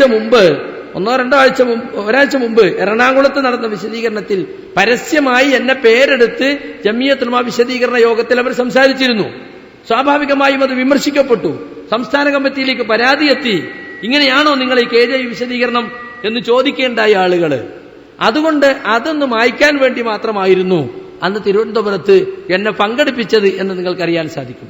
ഈ ജമിയത്തുൽ ഉലമ വിശദീകരണങ്ങളാണ് വാസ്തവത്തിൽ ഇന്ന് നമ്മുടെ സംഘടനയിലുണ്ടായിട്ടുള്ള മുഴുവൻ ഛിദ്രതക്കും കാരണം. എവിടെയൊക്കെ ജമിയത്ത് വിശദീകരണം നടന്നോ അവിടെയൊക്കെ ആളുകൾ 2 കക്ഷിയായി. ഞാൻ തിരുവനന്തപുരത്ത് വന്ന് ഞാനും കൂടി അതിൽ പങ്കെടുത്ത് സംസാരിച്ചത് കൊണ്ടാണ് ഇവിടെ അതൊരു വലിയ ഛിദ്രതയിലേക്ക് നീങ്ങാതെ നമുക്ക് എടുക്കാൻ സാധിച്ചത്. മറ്റു പല സ്ഥലത്തും അങ്ങനെയല്ല. ഒരു കോക്കസാണ് പരിപാടി നടത്തുന്നത്. യഥാർത്ഥ സംഘടനാ ഭാരവാഹികളെ പോലും അവഗണിച്ചുകൊണ്ടും അറിയിക്കാതെയുമാണ് അടിച്ചേൽപ്പിക്കൽ ശൈലിയിലുള്ള ഈ വിശദീകരണങ്ങൾ നടന്നത്. ചിലരൊക്കെ പറഞ്ഞു, ഞങ്ങളവിടെ ആകെ കുറച്ചാളുള്ളൂ, ഇനി നിങ്ങളാ വിശദീകരണം കൊണ്ട് 4 ആളുള്ള 2 കക്ഷിയാകണ്ടല്ലോ, പ്ലീസ് ഇവിടെ വേണ്ടപ്പോ വിശദീകരണം. അത് പറ്റില്ല, അത് നടത്തിയേ പറ്റൂ. കാരണം ഇത് ഇലക്ഷൻ പ്രചരണമാണല്ലോ, നടത്താതിരിക്കാൻ പറ്റൂലല്ലോ. അതിലൂടെയാണല്ലോ വോട്ടുണ്ടാക്കുന്നത്. ഒരു കൂട്ടർ ശിർക്കിലേക്ക് പോയിരിക്കുന്നു, അതുകൊണ്ട് ഞങ്ങളുടെ കൂടെ നിന്നോളൂ, സംഘടന ഇതാ ശിർക്കിലേക്ക് പോയിക്കൊണ്ടിരിക്കുകയാണ്, അത് രക്ഷിക്കാൻ ഈ അബ്ദുറഹ്മാൻ സലഫിക്ക് മാത്രമേ സാധിക്കുള്ളൂ, ഞങ്ങളുടെ ഈ കോക്കസിനെ സാധിക്കുള്ളൂ എന്ന് വരുത്തി തീർക്കലായിരുന്നു ആ ജമിയത്തുൽ ഉലമ വിശദീകരണത്തിന്റെ ആകത്തുക. സുഹൃത്തുക്കളെ, ഞാൻ വിശദീകരിക്കാൻ ഇറങ്ങിയത് എപ്പോഴാണ്? ഇക്കഴിഞ്ഞ സെപ്റ്റംബർ 8-നാണ് ഞാൻ ആദ്യമായി മഞ്ചേരിയിൽ വിശദീകരിച്ചത്. അതിനു മുമ്പ് 1 കൊല്ലമായി നടന്നു വന്ന കുപ്രചരണങ്ങൾ, ഒളിഞ്ഞും തെളിഞ്ഞും നടത്തിയ കുപ്രചരണങ്ങളിലൂടെ ഞാൻ ശിർക്കിലേക്ക് പോയി എന്ന് വരുത്തി തീർക്കുകയാണ് വാസ്തവത്തിൽ സംഘടനാ വേദികൾ ദുരുപയോഗം ചെയ്തുകൊണ്ട് ഈ കോക്കസ് ചെയ്തത്. എനിക്ക് സംഘടന പൊളിക്കലായിരുന്നു ഉദ്ദേശമെങ്കിൽ എനിക്ക് ഷോക്കോസ് നോട്ടീസ് കിട്ടിയ അതിന്റെ തൊട്ടടുത്ത മാസം ഞാൻ ഗൾഫിൽ നിന്ന് വന്നു. ഗൾഫിലുള്ളപ്പോഴാണ് എനിക്ക് വിശദീകരണം ചോദിച്ച് കത്ത് തന്നത്, മാർച്ച് മാസത്തിൽ. ഏപ്രിലിൽ ഞാൻ നാട്ടിൽ തിരിച്ചെത്തിയ ഉടനെ തന്നെ എനിക്ക് വിശദീകരണത്തിന് ഇറങ്ങാമായിരുന്നു. പലരും എന്നെ ക്ഷണിച്ചതാണ്. പക്ഷേ സംഘടനാപരമായ ഒരു പരിഹാരമുണ്ടാകുമെന്ന് കരുതി പരമാവധി അഡ്ജസ്റ്റ് ചെയ്ത് സംഘടനയോട് അച്ചടക്കം പാലിച്ച് നിന്നതുകൊണ്ടാണ് എത്രയും വൈകിയത്. ചർച്ചയ്ക്ക് വിളിച്ചപ്പോഴൊക്കെ ഞാൻ പോയി, ഒപ്പിടാൻ പറഞ്ഞിടത്തൊക്കെ ഒപ്പിട്ടു. എന്നിട്ടും ഞാൻ അച്ചടക്കം പാലിച്ചില്ല എന്നാണ് ഇപ്പോൾ പറയുന്നത്. പലരും എന്നെ ക്ഷണിച്ചിട്ട് പറഞ്ഞു, നിങ്ങൾക്ക് ഞങ്ങൾ സ്റ്റേജ് കെട്ടിത്തരാം, ഇനിയും നിങ്ങൾ നിൽക്കുന്നതിൽ എന്താ അർത്ഥമാണുള്ളത്, നിങ്ങൾ വിശദീകരിച്ചോളൂ നിങ്ങൾക്ക് പറയാനുള്ളത്, ഞങ്ങൾ സ്റ്റേജ് കെട്ടിത്തരാം. ഞാൻ പോയില്ല. ഇസ്ലാഹി സെന്ററുകളിൽ ക്ഷണിച്ചു എനിക്ക്. ഞാൻ ഗൾഫിൽ പോയപ്പോ ഞാൻ പറഞ്ഞു ഇസ്ലാഹി സെന്ററുകൾ പോഷക സംഘടനയാണ്, KNMന്റെയും പോഷകഘടകങ്ങളുടെയും പരിപാടിയിൽ പങ്കെടുക്കരുതെന്നാണ് എനിക്കുള്ള നോട്ടീസിലുള്ളത്, അതുകൊണ്ട് ഞാൻ പ്രസംഗിക്കുകയില്ല എന്ന് പറഞ്ഞു. അങ്ങനെ ഞാൻ അച്ചടക്കം പാലിച്ചതുകൊണ്ടാണ് കഴിഞ്ഞ ജൂലൈ 18 എന്നെ തിരിച്ചെടുക്കാൻ തീരുമാനിച്ചത്. എന്ന് പറഞ്ഞാൽ ഞാൻ പരമാവധി ക്ഷമിച്ചതുകൊണ്ടും ഇനി എന്നെ തിരിച്ചെടുക്കുകയല്ലാതെ നിവൃത്തിയില്ല, എല്ലാ ന്യായങ്ങളും അവസാനിച്ചതുകൊണ്ട് അവരെന്നെ തിരിച്ചെടുത്തതാണ്. നിങ്ങൾ നോക്കൂ, എനിക്കെതിരെ അവർ പറഞ്ഞ കുറ്റെന്താ? പുളിക്കൽ വെച്ച് ഞാൻ ആദർശത്തിനെതിരിൽ പ്രസംഗിച്ചു, സംഘടനാ വിരുദ്ധമായി പ്രബോധന മര്യാദക്കെതിരിൽ പ്രസംഗിച്ചു എന്നാണ്. ഇന്ന് വരെ എന്താണ് പ്രസംഗിച്ചത്, എന്താണ് അതിലുള്ള തെറ്റെന്ന് വ്യക്തമാക്കി തന്നിട്ടില്ല. നിങ്ങൾ ആരെങ്കിലും കേട്ടോ? അപ്പൊ എത്ര സ്ഥലത്ത് വിശദീകരണം നടന്നു? എന്താണ് സക്കരിയ സലാഹി പുളിക്കൽ പ്രസംഗിച്ചതിൽ ആദർശത്തിനെതിരായിട്ടുള്ളത് നിങ്ങൾ കേട്ടോ? എനിക്കുള്ള വിശദീകരണ നോട്ടീസിൽ അതാണുള്ളത്. പ്രഖ്യാപിത ആദർശങ്ങൾക്കും അതുപോലെ തന്നെ പ്രബോധന മര്യാദകൾക്കും എതിരായി പ്രസംഗിച്ചു. ആകെ 42 മിനിറ്റാണ് പ്രസംഗിച്ചത്. അതിൽ 10 മിനിറ്റാണ് റുഖിയ ശർഇയ്യയുമായി ബന്ധപ്പെട്ട കാര്യം പറഞ്ഞത്. അത് അബ്ദുറഹ്മാൻ സലഫിക്ക് അതിൽ വിയോജിപ്പുണ്ടായിരുന്നു. അദ്ദേഹം സ്റ്റേജിലുണ്ടായതുകൊണ്ട് എനിക്ക് ശേഷം പ്രസംഗിച്ചപ്പോൾ അദ്ദേഹം അതിനെ ഗണ്ണിക്കാൻ ശ്രമിച്ചു. അന്ന് രാവിലെ അദ്ദേഹം തന്നെ ദായിമാരുടെ മീറ്റിംഗ് വിളിച്ച് പറഞ്ഞതാണ് ഒരിക്കലും തന്നെ ഒരേ സ്റ്റേജിൽ മറുപടി പറയാൻ പാടില്ല എന്ന്. അദ്ദേഹം അതിനെ ലംഘിച്ചു. പക്ഷെ അദ്ദേഹത്തിന് ഷോക്കോസ് നോട്ടീസ് ഇല്ല, അദ്ദേഹത്തിന് ഒരു വിശദീകരണം ചോദിക്കലുമില്ല. നിങ്ങൾ ആലോചിച്ച് നോക്കൂ, ഇപ്പൊ എനിക്കതിൽ കുറ്റപത്രം ഇറക്കിയിട്ട് ഇപ്പൊ വിചിന്തനം റീഡേഴ്സ് ഫോറത്തിന്റെ പേരിൽ ഒരാളില്ല കുറ്റപത്രം പ്രചരിക്കുന്നുണ്ട്. 23 നടപടിക്രമങ്ങളിലൂടെ കഴിഞ്ഞ 5-6 വർഷമായി എന്നെ തിരുത്താൻ ശ്രമിച്ചു, എന്നിട്ടും ഞാൻ കുതറിച്ചാടി എന്നാണ് ഇപ്പോൾ പ്രചരിപ്പിക്കുന്നത്. ഈ 23 നമ്പർ കേൾക്കുമ്പോൾ സാധാരണക്കാരൻ ചില പറയും 23 കുറ്റം ചെയ്തു എന്നാ പറഞ്ഞത്. വേറെ ചില പറഞ്ഞു 23 അവസരം കൊടുത്തു തിരുത്താൻ, എന്നിട്ടും ശരിയായില്ല എന്നാണ്. വേറെ ചില ആളുകൾ പറയുന്നത് 23 തവണ താക്കീത് ചെയ്തിട്ടും അയാൾ വഴങ്ങിയില്ല എന്നാണ്. ഈ ഒരു 23ന്റെ കളിയാ. എന്നാൽ സുഹൃത്തുക്കളെ, കുറ്റപത്രം എനിക്കെതിരിലാകുമ്പോൾ അതാദ്യം അറിയിക്കേണ്ടത് എന്നെയല്ലേ? ഞാനിപ്പോ 3 തവണ ഇവരെ കാൽച്ചോട്ടിൽ പോയി ചർച്ചയ്ക്ക്. അപ്പോൾ എനിക്ക് കുറ്റപത്രം വായിച്ച് കേൾപ്പിച്ചിട്ട് എന്തെങ്കിലും പറയാനുണ്ടോ എന്ന് ചോദിക്കണ്ട. നാടൻ കോടതിയിൽ പോലും ഉണ്ട് കുറ്റപത്രം വായിച്ച് കേൾപ്പിച്ചിട്ട് പ്രതിക്ക് എന്തെങ്കിലും പറയാനുണ്ടോന്ന്. ഇതുവരെയും എനിക്ക് കുറ്റപത്രം തന്നിട്ടില്ല. എന്റെ പേരിലുള്ള കുറ്റപത്രം അച്ചടിച്ച് വിതരണം ചെയ്യുകയും DTP എടുത്ത് ജില്ലകൾ തോറും വിശദീകരിക്കുകയും ചെയ്യാണ്. ഇതൊരു ന്യായമാണോ? യഥാർത്ഥത്തിൽ കുറ്റം ചെയ്ത ആൾക്കല്ലേ ആദ്യം കുറ്റപത്രം കൊടുക്കേണ്ടത്? നിങ്ങൾ ഈ കുറ്റം ചെയ്തിട്ടുണ്ടോ എന്ന് മാന്യന്മാരുടെ മുമ്പിൽ വെച്ച് ചോദിക്കേണ്ടതില്ലേ? ആ ഒരു സാമാന്യ നാട്ടുമര്യാദ പോലും എന്റെ കാര്യത്തിൽ ഉണ്ടായിട്ടില്ല എന്നതാണ് വാസ്തവം. കുറ്റപത്രത്തിൽ കുറ്റം എന്താണെന്ന് മാത്രമല്ല, ആദർശവിരുദ്ധമായി സംഘടനാ വിരുദ്ധമായി എന്നൊക്കെ പറയും. അതെല്ലാം ചില പുകിലുകൾ എന്താണെന്ന് വ്യക്തമല്ല. എന്താണ് ആദർശത്തിനെതിൽ പറഞ്ഞത്? എന്താണ് പ്രബോധന മര്യാദക്കെതിൽ പറഞ്ഞത്? മുജാഹിദുകൾക്ക് പറഞ്ഞാൽ തിരിയാത്ത ആളുകളൊന്നല്ലല്ലോ, ആർക്കും പറഞ്ഞാൽ മനസ്സിലാകുമല്ലോ. ഇതുവരെയും നിങ്ങൾ കേട്ടോ? എനിക്ക് വിശദീകരണ കത്ത് തന്നത് ഞാൻ ഗൾഫിലുള്ളപ്പോഴാ. എന്നിട്ട് ആണുങ്ങളില്ലാതെ സ്ത്രീകൾ മാത്രമുള്ള എന്റെ വീട്ടിലേക്ക് CD ടവറിൽ നിന്ന് ഒരുത്തൻ അയച്ചിരിക്കുക കത്തും കൊണ്ട്. ഈ പോലീസല്ല വാറണ്ട് നടത്താൻ വരുന്നത് എന്നതുപോലെ. എന്താ ഞാൻ വന്നിട്ട് എന്നോട് പറഞ്ഞാൽ പോരെ, സക്കരിയ നീ ഇങ്ങനെ പ്രസംഗിച്ചല്ലോ, അത് തെറ്റാണല്ലോ, അതിൽ നിനക്ക് എന്തു പറയാനുണ്ട്, അത് ഇന്ന തെറ്റാണ്, ആ തെറ്റ് ഞാൻ സ്വീകരിച്ച തെറ്റ് എനിക്ക് ബോധ്യപ്പെടുത്തിയിട്ട് ഞാൻ അംഗീകരിച്ചില്ലെങ്കിലല്ലേ നടപടിയെടുക്കേണ്ടത്? അതുണ്ടായില്ല. ഞാൻ പ്രസംഗിച്ചതിന്റെ പേരിൽ എന്നെ കുറ്റപ്പെടുത്തി നടപടിയെടുത്തു. നാട്ടുകാർക്കൊക്കെ സർക്കിൾ കൊടുത്തു, ഇയാളെ വിളിക്കാൻ പാടില്ല, എനിക്ക് സർക്കിൾ വന്നു, പോഷകഘടകങ്ങളിലൊന്നും പ്രസംഗിക്കാൻ പാടില്ല എന്ന് പറഞ്ഞ കുറ്റം അടിച്ചേൽപ്പിച്ച് ഏകപക്ഷീയമാക്കി എന്റെ മേലിൽ ആരോപിച്ചിട്ട് ശിക്ഷയും നടപ്പിലാക്കിയിട്ടാണ് പിന്നെ വിശദീകരണത്തിന് എന്നെ വിളിക്കുന്നത്. അതെന്ത് ന്യായ? ഞാൻ ഗൾഫിൽ നിന്ന് വന്നിട്ട് എന്നെ മുജാഹിദ് സെന്റർ വിളിപ്പിച്ചിട്ട് എന്നോട് പറഞ്ഞ് ബോധ്യപ്പെടുത്തിയിട്ട് ഞാൻ അംഗീകരിച്ചില്ലെങ്കിലേ ശിക്ഷിക്കുക. അതാണല്ലോ ഏത് നാടൻ കോടതിയിലുമുണ്ട്. നമ്മുടെ കുട്ടിയെ തല്ലുകയാണെങ്കിൽ സ്കൂളിൽ നിയമമുണ്ട്, വെറുതെ ചെന്ന് തല്ലരുത്. എന്തിനാ സാറിനെ തല്ലിയോ നീക്കും കുട്ടി? ആദ്യം അവനെ ചോദ്യം, നീ എന്നോട് ചെയ്തില്ലടാ, ഞാൻ പറഞ്ഞില്ലടാ, അല്ലേ ചെയ്തില്ലേ, എന്നിട്ട് കഴിയും. അപ്പോ അവന് മനസ്സിലാവും ഇന്ന കാര്യത്തിനാ ചെയ്തത്. അതൊരു ചെറിയ നാട്ടുമര്യാദയാണ്. അതുപോലെ എന്റെ കാര്യത്തിൽ ഉണ്ടായില്ല. മാത്രമല്ല, ഞാൻ കുവൈത്തിൽ നിന്ന് ഖത്തറിൽ വന്നപ്പോ 15 ദിവസത്തിനകം നാട്ടിലെത്തിയിട്ട് വിശദീകരണം കൊടുക്കണം. ഗൾഫിൽ പോയ ഒരാൾക്ക് ഇന്നത്തെ ടിക്കറ്റിന്റെയും മറ്റു കാര്യങ്ങളൊക്കെ എല്ലാവർക്കും അറിയാം. വരാൻ കഴിയുമോ അങ്ങനെ? അത് കഴിഞ്ഞ് ഞാൻ സൗദിയിലേക്ക് കൂടി പോകാൻ തീരുമാനിച്ചിട്ടാ പോയത് എന്ന് ഇവർക്കറിയാം. അപ്പൊ എന്നെ ദ്രോഹിക്കാൻ തന്നെ തീരുമാനം. ഞാൻ കത്തയച്ചു, 14-ാം ദിവസം നാട്ടിൽ വന്ന ശേഷം വിശദീകരണം നൽകാം. കാരണം കത്തിലൂടെ വിശദീകരണം കൊടുത്താൽ പോരാ, നേരിട്ട് ഹാജരായി വിശദീകരണം. ഞാനെന്തോ വലിയ ഒരുപാട് ആളെ കൊലപ്പെടുത്തിയിട്ട് കുറെ സ്വത്തൊക്കെ മോഷ്ടിച്ച് കടന്നു കളഞ്ഞ പോലെ ഇന്റർപോളിനെ നിയോഗിക്കാഞ്ഞത് വലിയ ഭാഗ്യം. ആ ജാതി ഏർപ്പാടാന്ന് വെച്ചത് ഒരു പ്രസംഗത്തിൽ എന്തോ വാക്ക് വന്നതിനാണ് എന്റെ പേരിൽ കുറ്റം. അപ്പൊ ഇതൊക്കെ സുഹൃത്തുക്കളെ ചില രാഷ്ട്രീയക്കാരെക്കാൾ തരം താഴ്ന്ന രീതിയിലുള്ള ഏർപ്പാടുകളാണ്. ഞാൻ ഏപ്രിൽ 29 നാട്ടിലെത്തി 2-ാം ദിവസം TP യെ വിളിച്ചു. ഞാൻ വന്നിട്ടുണ്ട്, നിങ്ങളെ കാണണമല്ലോ, ഞങ്ങൾ സൗദിയിലേക്ക് പോവാണ്, AP യെ കണ്ടാൽ മതി. മദനിയെ വിളിച്ചു, അഹമ്മദ് അലി മദനിയെ വിളിച്ചു, അവരൊക്കെ പറഞ്ഞു. അങ്ങനെ ഞാൻ മെയ് 4 AP യെ കാണാൻ പോയപ്പോ AP ആശുപത്രിയില്ല. പിറ്റേന്നൊരു ഹർത്താലായി. എന്നിട്ട് പോലും ഞാൻ വണ്ടി എടുത്ത് AP യുടെ വീട്ടിൽ പോയി വിശദീകരണം കൊടുത്തു. അദ്ദേഹം പറഞ്ഞു TP ഒക്കെ ഇങ്ങോട്ട് വരട്ടെ. മൂപ്പർ കൂടുതൽ സംസാരിക്കാൻ വയ്യാത്ത അവസ്ഥയായിരുന്നു. അദ്ദേഹം 6 പേജ് DTP എടുത്ത് എന്റെ വിശദീകരണം വാങ്ങിവെച്ചു. 2 മുജാഹിദ് പ്രവർത്തകരെ കൂടെ കൊണ്ടുപോയി സാക്ഷിക്ക് ഞാൻ കൊടുത്തു എന്നതിന് തെളിവാണല്ലോ. എന്നിട്ട് അപ്പൊ തന്നെ ഞാൻ ഉബിനിക്കുട്ടി മൗലവിക്കും ബാബു സേട്ടനും വിളിച്ചു പറഞ്ഞതാ ഞാൻ വിശദീകരണം കൊടുത്തിട്ടുണ്ട്. എന്നിട്ട് എന്റെ കുറ്റപത്രത്തിലുള്ള എന്താണെന്നറിയോ, 21-ാം തീയതി വിശദീകരണം തന്നത്. മെയ് 5 കൊടുത്തിട്ട് മെയ് 21 കിട്ടിയത്. അന്ന് മദനിയൊക്കെ തിരിച്ചു വന്നിട്ട് CD ടവറിൽ കൊടുത്തൊരു കോപ്പി കൈപ്പറ്റിയിട്ട് അതാണ് കുറ്റപത്രത്തിൽ ചേർത്തിയിട്ടുള്ളത്. അപ്പൊ സുഹൃത്തുക്കളെ, ഇതെല്ലാം ഒരു കളികളാണ്. ഇതിലൊന്നും വാസ്തവമില്ല, വസ്തുതയില്ല എന്ന് നിങ്ങൾ മനസ്സിലാക്കണം. ഇനി അത് കഴിഞ്ഞ് മെയ് 22 വീണ്ടും CD ടവറിൽ ചെല്ലണം എന്നാണ്. എന്റെ 6 പേജ് വിശദീകരണത്തെക്കുറിച്ച് ഒന്നുമില്ല. അത് തൃപ്തികരമായെന്നോ തൃപ്തികരമല്ലെന്നോ ആ വിശദീകരണത്തിൽ ഇന്ന പോരായ്മയുണ്ടെന്നോ ഒന്നും പറയുന്നില്ല. അത് കിട്ടിയ ഭാവം പോലും നടിക്കാതെ 22 എന്നെ വീണ്ടും വിളിച്ചു. എന്നിട്ട് 6-7 ആള് കൂടിയിട്ട് വളഞ്ഞിരുത്തിയിട്ട് എന്നെ ചോദ്യം ചെയ്യുക. ശരിക്ക് കോടതിയിലെ ക്രോസ് വിസ്താരമല്ല. അബ്ദുറഹ്മാൻ സലഫി കുറെ ചോദ്യങ്ങൾ എഴുതിക്കൊണ്ടെന്നിരിക്കുക. ഈ തർക്ക വിഷയങ്ങളൊക്കെ ഉണ്ട് അതിൽ. എന്നിട്ട് ഞാൻ എന്നോട് ചോദിക്കും, ഞാൻ പറയുന്ന മറുപടി ഇവിടെ രേഖപ്പെടുത്തും. അപ്പൊ ഞാൻ ചോദിച്ചെന്താ കോടതി രേഖ ഉണ്ടാക്കുകയാണോ സലഫി എന്ന് ചോദിച്ചു. അങ്ങനെ കുത്തി കുത്തി ചോദിച്ച് 5 മണിക്കൂർ. ഒരു സമയത്ത് നൂർഷക്ക തന്നെ പറഞ്ഞു, വിടു സലഫി, മതി അദ്ദേഹത്തെ ചോദ്യം ചെയ്ത്. അപ്പൊ അദ്ദേഹത്തിന് ചില മറുപടികൾ കിട്ടണം, എന്നിട്ട് അതവിടെ രേഖപ്പെടുത്തണം, എന്നിട്ട് മൊഴി രേഖപ്പെടുത്തി എന്ന് പറഞ്ഞിട്ട് ഇങ്ങനെ 5 മണിക്കൂർ ചർച്ച കഴിഞ്ഞ് സന്തോഷത്തിൽ പിരിഞ്ഞു, കെട്ടിപ്പിടിച്ച് കൈകൊടുത്ത് പുറത്തു വന്നപ്പോ സുഹൃത്തുക്കൾ, നമ്മുടെ പ്രവർത്തകർ ചോദിച്ചു എങ്ങനെ ഉണ്ടായിരുന്നു. നല്ല ചർച്ചയാണ്, ഐക്യത്തോടെ പോകണമെന്ന് പറഞ്ഞിട്ടുണ്ട്, പ്രശ്നം തീരുമെന്ന പ്രതീതിയാണ് എനിക്ക് തോന്നിയത്. പക്ഷേ ഏതോ കുട്ടികൾ മെസ്സേജ് അയച്ചു, സക്കരിയ സലാഹിയുമായുള്ള പ്രശ്നം ഒത്തുതീർന്നു, അദ്ദേഹം വീണ്ടും പ്രബോധന രംഗത്തേക്ക്. ഉടനെ അബ്ദുറഹ്മാൻ സലഫി പിറ്റേന്ന് സർക്കുലർ, പ്രശ്നം തീർന്നിട്ടില്ല, മൊഴിയെടുത്തിട്ടേ ഉള്ളൂ. അപ്പൊ ആർക്കാ ഇത് പ്രശ്നം തീരാൻ എന്ന് താല്പര്യമുള്ളത്? നിങ്ങൾ ആലോചിച്ച് നോക്കൂ. അത് കഴിഞ്ഞു, മെയ് 22 കഴിഞ്ഞു. പിന്നെ 2 മാസം ഒരു വിവരമല്ല. അപ്പൊ അതിലടക്കം അന്വേഷണ സമിതിയെ വെച്ചിട്ടുണ്ടത്രേ, അവരേകപക്ഷീയമായ അന്വേഷണം നടത്തുന്നുണ്ടത്രേ. അന്വേഷണ സമിതിയെ വെച്ചാൽ എന്നെയല്ല ആദ്യം അറിയിക്കേണ്ടത്.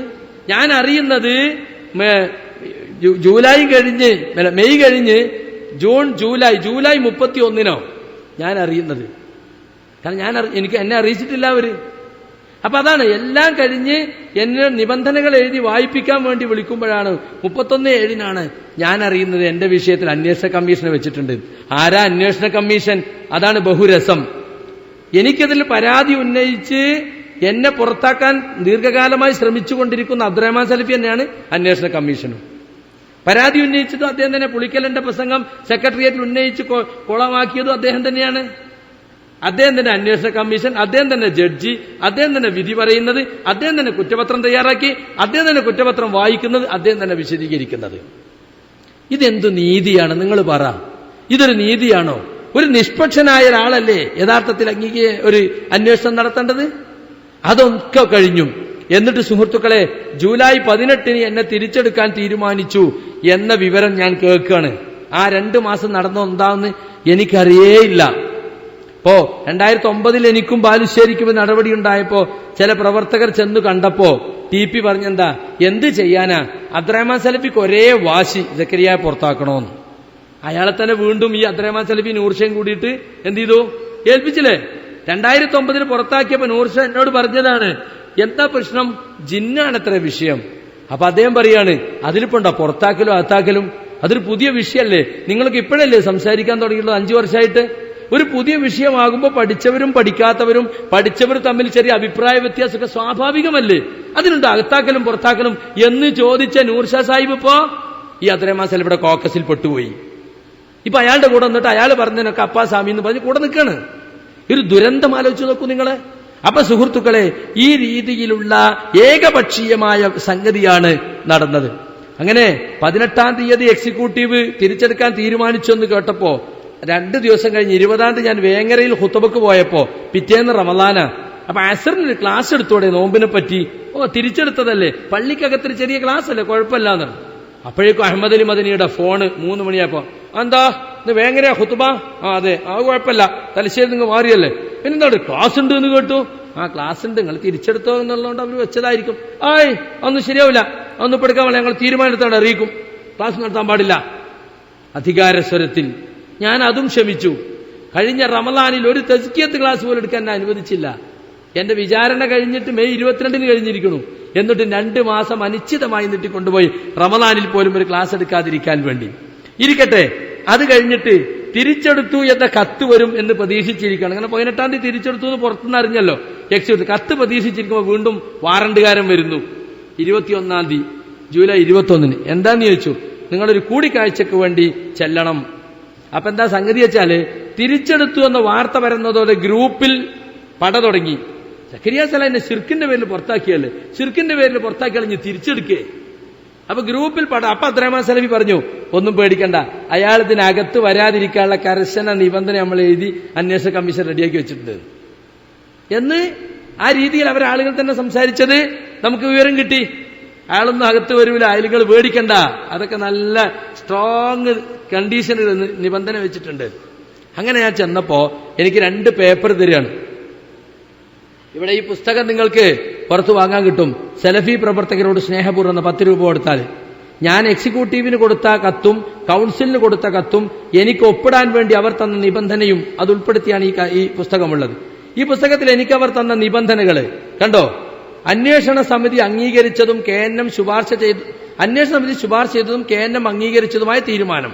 ഒന്നാമത്തേത് എന്താ, KK സക്കരിയ സലാഹി പഴയ വാദത്തിൽ നിന്ന് ഖേദിച്ചു മടങ്ങുകയും ആയത് പൊതുജനത്തെ ബോധ്യപ്പെടുത്തുന്നതിനായി ജിന്നിനോട് സഹായം ചോദിക്കുന്നത് ശിർക്കാണെന്ന് വ്യക്തമാക്കുന്ന ലേഖനം എഴുതി KNMന് സമർപ്പിക്കുകയും KJUവിന്റെ അംഗീകാരത്തോടെ അത് വിചിന്തനത്തിൽ പ്രസിദ്ധീകരിക്കുകയും പ്രസംഗിക്കുകയും ചെയ്യേണ്ടതാണ്.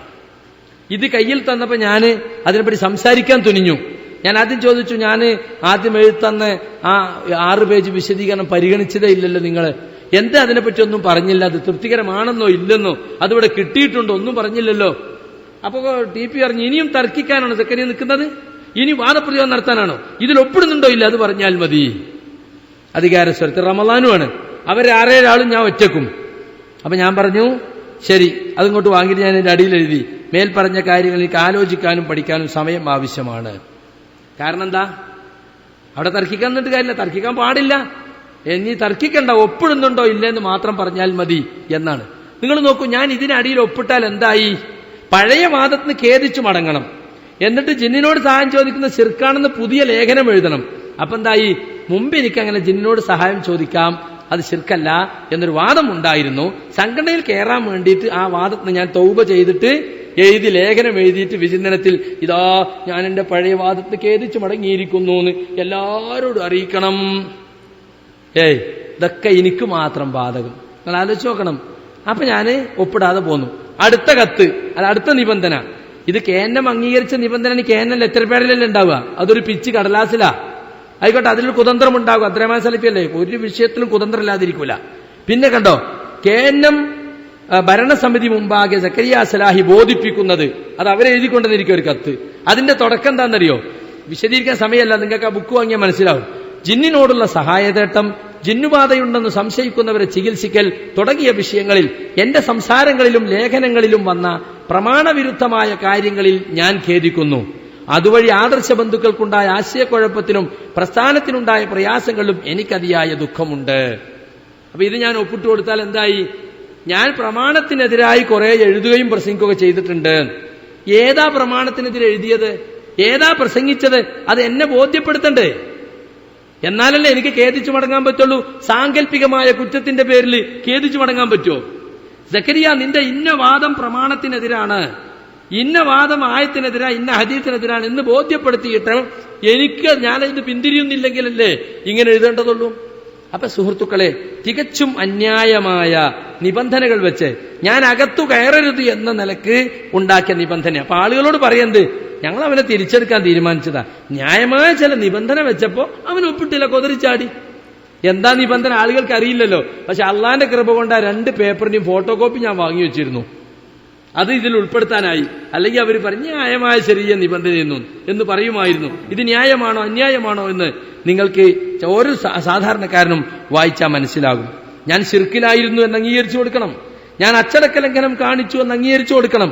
ഞാൻ പ്രമാണവിരുദ്ധമായ വിശ്വാസങ്ങൾ എഴുതുകയും പ്രസംഗിക്കുകയും ചെയ്തു എന്ന് എഴുതി കൊടുക്കണം. അതുകൊണ്ടാണ് അടിക്കുറിപ്പെഴുതി ഞാൻ തിരിച്ചു കൊടുത്തത്. കണ്ടോ, ചില ആളുകൾ പറയാണ്, ഇയാൾക്ക് ഇനിയെന്താ ഇയാൾക്ക് പഠിക്കാനും വായിക്കാനും, 5 കൊല്ലം കഴിഞ്ഞില്ലേ? 5 കൊല്ലം കഴിഞ്ഞ വിഷയമാണോ ഇത്? ഇത് 2011 ഇലക്ഷനോടനുബന്ധിച്ചുണ്ടായതാ. എന്റെ കുറ്റപത്രത്തിൽ ജിന്നിനോടുള്ള സഹായതേട്ടം എന്ന വിഷയം വരുന്നത് 2011 കാരണം എന്താ? KNM ഇലക്ഷന് വേണ്ടി പുതുതായി വലിച്ചിട്ട ഒരു വിഷയമാണത്. അങ്ങനെ റമദാൻ കഴിഞ്ഞു, പെരുന്നാളും കഴിഞ്ഞ് 6 നോമ്പ് കഴിയുന്നതിന് മുമ്പ് തന്നെ അടിയന്തര എക്സിക്യൂട്ടീവ് ഉണ്ടെന്ന് കേട്ടു. അപ്പൊ ഞാന് എന്തുകൊണ്ട് അന്ന് നിബന്ധനകളിൽ ഒപ്പിട്ടില്ല എന്ന് വ്യക്തമാക്കുന്ന ഒരു കത്ത് തയ്യാറാക്കിക്കൊണ്ടിരിക്കുന്നത്, അത് വേഗം തയ്യാറാക്കി അന്ന് എക്സിക്യൂട്ടീവ് നടക്കുന്ന അന്ന് രാവിലെ TPയുടെ വീട്ടിൽ പോയി കൊടുത്തു. ഞാൻ എന്തുകൊണ്ടാണ് സാർ അന്ന് ഒപ്പിടാതിരുന്നത്? എന്നിട്ട് ഞാൻ ആ വിവാദ ഭാഗങ്ങൾ ഒഴിവാക്കിയാൽ ഞാൻ ഒപ്പിടാൻ തയ്യാറാണ് എന്ന് പറഞ്ഞ കത്ത് അദ്ദേഹം വാങ്ങി വെച്ചു. സന്തോഷത്തോടെ വാങ്ങി വെക്കുമ്പോ പറഞ്ഞു, സക്കരിയ ഇതുമായിട്ട് വരാത്തതെന്താ എന്ന് പ്രതീക്ഷിച്ചിരിക്കുകയായിരുന്നു ഞാൻ വിചാരിച്ചു സത്യാവും. പക്ഷേ 12 മണിയായപ്പോ കേട്ടു സക്കരിയ സലാഹിയെ നിഷ്കരണം പുറത്താക്കുക ചെയ്തത്. അപ്പൊ TP യഥാർത്ഥത്തിൽ എന്നെ ഒന്ന് എന്താക്കാന്ന ഇവിടെ തിരുവനന്തപുരത്തിന് പറയാൻ അറിഞ്ഞൂടാ, മലബാറിൽ പറയാ ഒന്ന് മൊയന്താക്കി എന്നെ ഒന്ന് വെറുതെ ശരിയായ കാപട്യാണ് അദ്ദേഹം കാണിച്ചത്.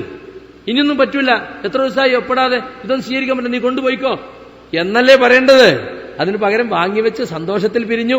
കൂടെയുള്ള പ്രവർത്തകരോട് പറഞ്ഞു, ഇത് ഞങ്ങൾ തമ്മിലെ ഇൽമിയായ ചർച്ചയാണ്, നിങ്ങൾ ഇതിൽ കക്ഷി ചേരരുത് എന്നൊക്കെ പറഞ്ഞപ്പോൾ ഞാൻ സത്യസന്ധമാണെന്ന് വിചാരിച്ചു.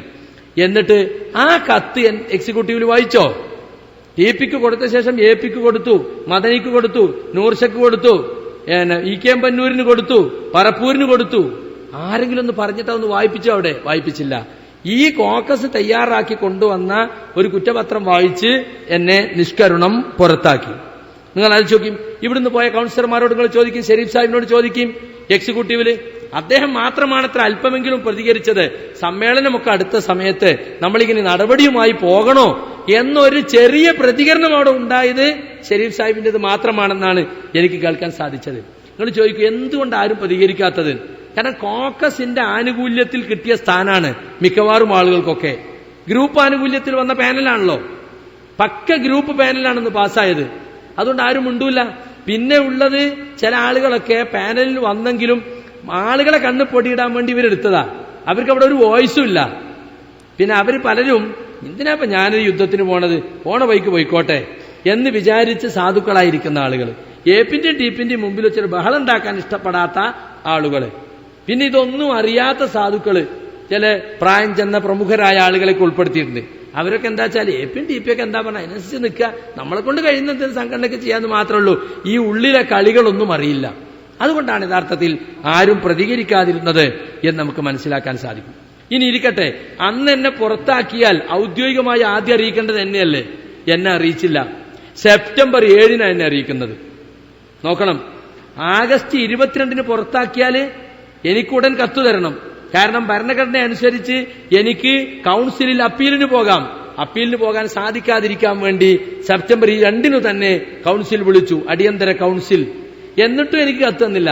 ആ കൗൺസിലിന് മുമ്പായി 3 സ്ഥലത്ത് വമ്പിച്ച മുഖാമുഖ പരിപാടി, ബൈലക്സിൽ ലൈവ് കൊടുത്തുകൊണ്ട് 29-ാം തീയതി കൊടുവള്ളിക്കടുത്ത മണ്ണിൽ കടവിൽ 4:30 തുടങ്ങി രാത്രി 12 അതിൽ പച്ചയായി ഞാൻ ചിർക്കിലേക്ക് പോയി എന്ന് ബൈലക്സിൽ ലൈവ് കൊടുത്തോണ്ട് കാന്തപുരത്തിന് അയാളെ വീട്ടിലിരുന്ന് കാണാം, ഹൈസനിക്ക് അയാളെ വീട്ടിലിരുന്ന് കാണാം, ജമാഅത്തേർക്ക് അവരുടെ റൂമിലിരുന്ന് കാണാം എന്ന് പറഞ്ഞാൽ കൗൺസിലർമാർക്കൊക്കെ അറിയിച്ചു ഇയാൾ ചിർക്കിലേക്ക് പോയി. അതിനെ പിറ്റേന്ന് ഇടവണ്ണ ജാമ്യയിൽ രാവിലെ 10 മണിക്ക് തുടങ്ങി രാത്രി 1 മണി വരെ മുഖാമുഖ നാടകം. കേരളത്തിന്റെ നാനാഭാഗത്തും വണ്ടിയിൽ ആളുകൾ വന്നു. അതിന്റെ പിറ്റേന്ന് ബുസ്താനിൽ, തെക്കൻ കേരളത്തിലുള്ളവരൊക്കെ ബുസ്താനിൽ വന്നു.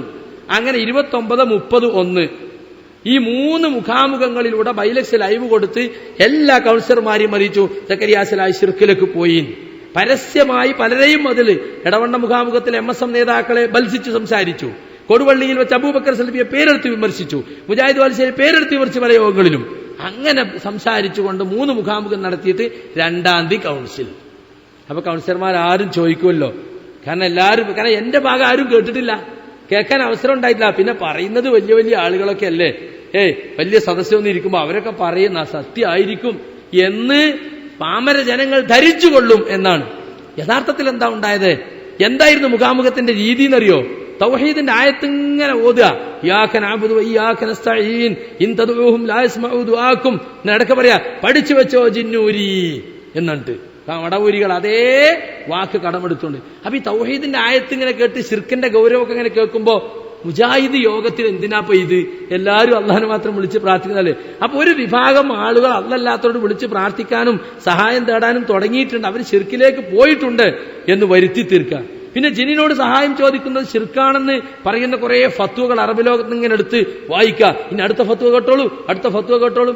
എന്നിട്ട് ആളുകൾക്ക് ഒരു കാസറ്റ് ഉണ്ടാക്കാൻ വേണ്ടിയിട്ട് കുറെ ചോദ്യങ്ങൾ തയ്യാറാക്കിയിട്ട് അവർ പറഞ്ഞ ചോദ്യങ്ങൾ, അതിന് അനസിന്റെ മറുപടി, ഹനീഫാന്റെ മറുപടി, അനസിന്റെ ഒരു തൗബ, ശരിയായ ഒരു മുഖാമുഖ നാടകം ഇടവണ്ണയിൽ നടന്നു. പിറ്റേന്ന് ബുസ്താനിലും നടന്നു. ആട്ടിനെ പട്ടിയാക്കി, പട്ടിയെ പേപ്പട്ടിയാക്കി തല്ലിക്കൊല്ലുന്ന ജൂതതന്ത്രമാണ് എന്റെ കാര്യത്തിൽ സംഘടന സ്വീകരിച്ചത്. എടാ, ഇടവണ്ണ കാസറ്റ് ഒന്ന് കേട്ടു നോക്കൂ, കരഞ്ഞു പോകും നമ്മള്. എന്താണ് ഇവർ ചെയ്തുകൊണ്ടിരിക്കുന്നത്? ഇതൊരു മതപ്രവർത്തനത്തിന്റെ രീതിയാണോ ഇത്? നമ്മുടെ പേരിൽ അന്യായമായി ശിർക്ക് ആരോപിച്ചിട്ട് ആയത്തോതിയിട്ട് പാമര ജനങ്ങളെ ധരിപ്പിക്കുക ഇവരൊക്കെ ശിർക്കിലേക്ക് പോയി. ഇവിടെ ഇൻഷാ അല്ലാഹ് മഗ്‌രിബിന് ശേഷം നിങ്ങൾക്കത് ക്ലിപ്പിട്ട് കാണിക്കുന്നുണ്ട്. അതിനുശേഷം TPA പോലെയുള്ള ഉത്തരവാദപ്പെട്ട ആളുകൾ ഇത് പറഞ്ഞത് നമുക്ക് കേൾക്കുവാൻ സാധിക്കും. ഈ ശിർക്കാരോപണവും തെറ്റിദ്ധരിപ്പിക്കലും 3 സ്ഥലത്ത് നടന്നു. എന്നിട്ട് പറയുന്നെന്താ? ഒന്നുകിൽ മുവഹിദായി സംഘടനയിലേക്ക് വരിക, അല്ലെങ്കിൽ ശിർക്കിലേക്ക് പോ എന്ന് പറഞ്ഞിട്ട് വളരെ വൈകാരികമായി സംസാരിച്ചത്. ഇൻഷാ അല്ലാഹ് നിങ്ങൾക്കതിന്റെ ക്ലിപ്പ് കേൾപ്പിക്കും മഗ്‌രിബിന് ശേഷം. അങ്ങനെ 2ാം തീയതി കൗൺസിലാണെന്ന് അറിഞ്ഞപ്പോ എനിക്ക് അപ്പീൽ കൊടുക്കാൻ ഏതായാലും നിവൃത്തിയില്ല. ഞാനൊരു കത്ത് തയ്യാറാക്കി AP കൊടുത്തു. അതിന്റെ കോപ്പി കൗൺസിലർമാർക്കും കൊടുത്തു. എന്തുകൊണ്ടാണ് ഞാനന്ന് ഒപ്പിടാത്തതെന്ന് എഴുതിയ എക്സിക്യൂട്ടീവിന്റെ കത്ത് വായിക്കാത്ത പോലെ തന്നെ ഈ കത്തും വായിച്ചില്ല. കാരണം ആ കത്തിൽ എനിക്ക് പറയാനുള്ള കുറെ കാര്യങ്ങളുണ്ട്. അബ്ദുറഹ്മാൻ സലഫിയെ കുറിച്ചുള്ള കുറെ വിഷയങ്ങൾ അതിലുണ്ട്. അതുകൊണ്ട് ആ കത്ത് വായിച്ചില്ല. ഈ 23 പോലെ എനിക്ക് പറയാനുള്ള 30-ലധികം കാര്യങ്ങൾ ഈ 2 കത്തിലുമുണ്ട്. നിങ്ങളത് വായിക്കണം. സംഘടനാ ചാനലിലൂടെ 23 നടപടിയും ഇടപെടലും നടത്തുന്ന ആളുകൾ തെറ്റിദ്ധരിപ്പിക്കുമ്പോൾ നിങ്ങളത് വായിക്കണം, 2 ഭാഗവും കേൾക്കണം. അതിനാണ് ഈ വിശദീകരണം സംഘടിപ്പിച്ചിട്ടുള്ളത്. മുഴുവൻ പറയാൻ സമയമില്ല. അബ്ദുറഹ്മാൻ സലഫിയാണ് ഈ പ്രശ്നങ്ങളുടെയൊക്കെ യഥാർത്ഥത്തിലുള്ള സൂത്രധാരനെന്നും അദ്ദേഹം സംഘടനയിൽ ചെയ്ത അദ്ദേഹത്തെ ഗ്രൂപ്പ് മീറ്റിംഗിനെ പറ്റി അതിൽ പറഞ്ഞിട്ടുണ്ട്. കൗൺസിൽ CD, സംയുക്ത കൗൺസിലിന്റെ CD പുറത്ത് മടവൂരികൾക്കും കൂബൂരികൾക്കും കിട്ടാൻ കാരണമായത് അത് റെക്കോർഡ് ചെയ്യിച്ച് കൊണ്ടുപോയി കൊടുത്തതും അതിന് ഏർപ്പാട് ചെയ്തതും അബ്ദുറഹ്മാൻ സലഫിയാണെന്നും അദ്ദേഹത്തിന് നടപടിയെടുക്കണമെന്നും സ്വന്തം ജ്യേഷ്ഠനും സംസ്ഥാന കൗൺസിലറുമായ അബ്ദുള്ള സുല്ലമി പരാതി നൽകിയ വിവരം എന്റെ കത്തിൽ പറഞ്ഞിട്ടുണ്ട്. KKP എന്നൊരു ചാരന്, ഒരു മടവൂരി ചാരന്, കഴിഞ്ഞ ആഴ്ച മടവൂരിയുടെ യോഗത്തിൽ ആൾ പ്രസംഗിച്ചു. മടവൂരി ചാരനാണെന്ന് ജമിയത്തുൽ ഉലമ കണ്ടെത്തിയ ആളാണ്. എന്നിട്ട് നിലമ്പൂരിൽ വെച്ച് നടന്ന KJU മീറ്റിംഗിൽ മടവൂരി ചാരനാണെന്നും KKP അബ്ദുള്ള അവനിറക്കിയ മഞ്ഞ പുസ്തകം അന്ന് നീല പുസ്തകമായിരുന്നെങ്കിൽ ഇന്ന് മഞ്ഞ പുസ്തകമാണ് KJUവിനെതിരിൽ എന്ന് പറഞ്ഞുകൊണ്ട് KJU പറഞ്ഞ ആള്, ആ പുസ്തകം ഇറക്കാൻ സഹകരിച്ച സിദ്ദീഖ് തലശ്ശേരി, ഹാരിസ് ചേറൂർ, അവരൊക്കെ ഇന്നും സംഘടനയിൽ മെമ്പർമാരാണ്. ഈ മഞ്ഞ പുസ്തകം ഇറക്കിയ KKP അബ്ദുള്ള ഇപ്പൊ മടവൂരിലേക്ക് പോകുകയും ചെയ്തു. കാരണം അവന്റെ ദൗത്യം പൂർത്തിയായല്ലോ. ആ KKP അബ്ദുള്ള മടവൂരികൾ ഇറക്കിയ കട്ടുമുറിച്ച ക്ലിപ്പുകളുള്ള കള്ള CD നമ്മുടെ 40ഓളം പണ്ഡിതന്മാരെ കേൾപ്പിച്ചു, വീടുകളിലും ഓഫീസുകളിലും പോയിട്ട്. അതിനൊക്കെ സൗകര്യം ചെയ്തു കൊടുത്തത് അബ്ദുറഹ്മാൻ സലഫി ആയിരുന്നുവെന്ന് KKP തന്നെ തുറന്നു സമ്മതിച്ചിട്ടുണ്ട്. അതിന്റെ ക്ലിപ്പുകൾ നിങ്ങൾക്ക് കേൾക്കാൻ സാധിക്കും. അപ്പൊ നിങ്ങൾ ആലോചിച്ച് നോക്കൂ, മടവൂരികൾ നമുക്കെതിരിൽ ഉന്നയിച്ച് പരാജയപ്പെട്ട് തെളിവും ന്യായവും കൊണ്ട് മുട്ടി അങ്ങാടിയിൽ ഇനി ഇത് ചർച്ച ചെയ്താൽ അവർക്ക് കാര്യമില്ലെന്ന് ബോധ്യപ്പെട്ടു. നിങ്ങൾക്കറിയാം, മടവൂരികൾ പോയതിനു ശേഷമുള്ള ഈ കഴിഞ്ഞ 10 വർഷം മുജാഹിദ് പ്രസ്ഥാനത്തിന്റെ വളർച്ചയുടെ ചരിത്രത്തിൽ പ്രധാനപ്പെട്ട ഒരു ഘട്ടമായിരുന്നു. എറണാകുളം സമ്മേളനവും ചങ്ങരംകുളം സമ്മേളനവും, 2 സാൽവേഷനുകൾ, അതിനുശേഷമുണ്ടായ വിവിധ ക്യാമ്പയിനുകൾ, അഭൂതപൂർവമായ വളർച്ചയും മുന്നേറ്റവുമാണ് ദഅവത്ത് രംഗത്ത് KNM-നും പോഷകഘടകങ്ങൾക്കും ഉണ്ടായത്. മടവൂരികൾ ജിന്നും സിഗറും പറഞ്ഞിട്ട് അതൊന്നും ക്ലച്ച് പിടിച്ചില്ല എന്ന് ചരിത്രം തെളിയിച്ചു. അതിൽ വിഷണ്ണരായ മടവൂരികൾ കണ്ടെത്തിയതാണ് ഒരു ചാരനെ നിയോഗിക്കുക എന്നത്. അങ്ങനെയാണ് KKP അബ്ദുള്ള എന്ന ചാരനതിനെ കടത്തിവിട്ടത്. തളിപ്പറമ്പിലാണ് അവന്റെ യൂണിറ്റ്.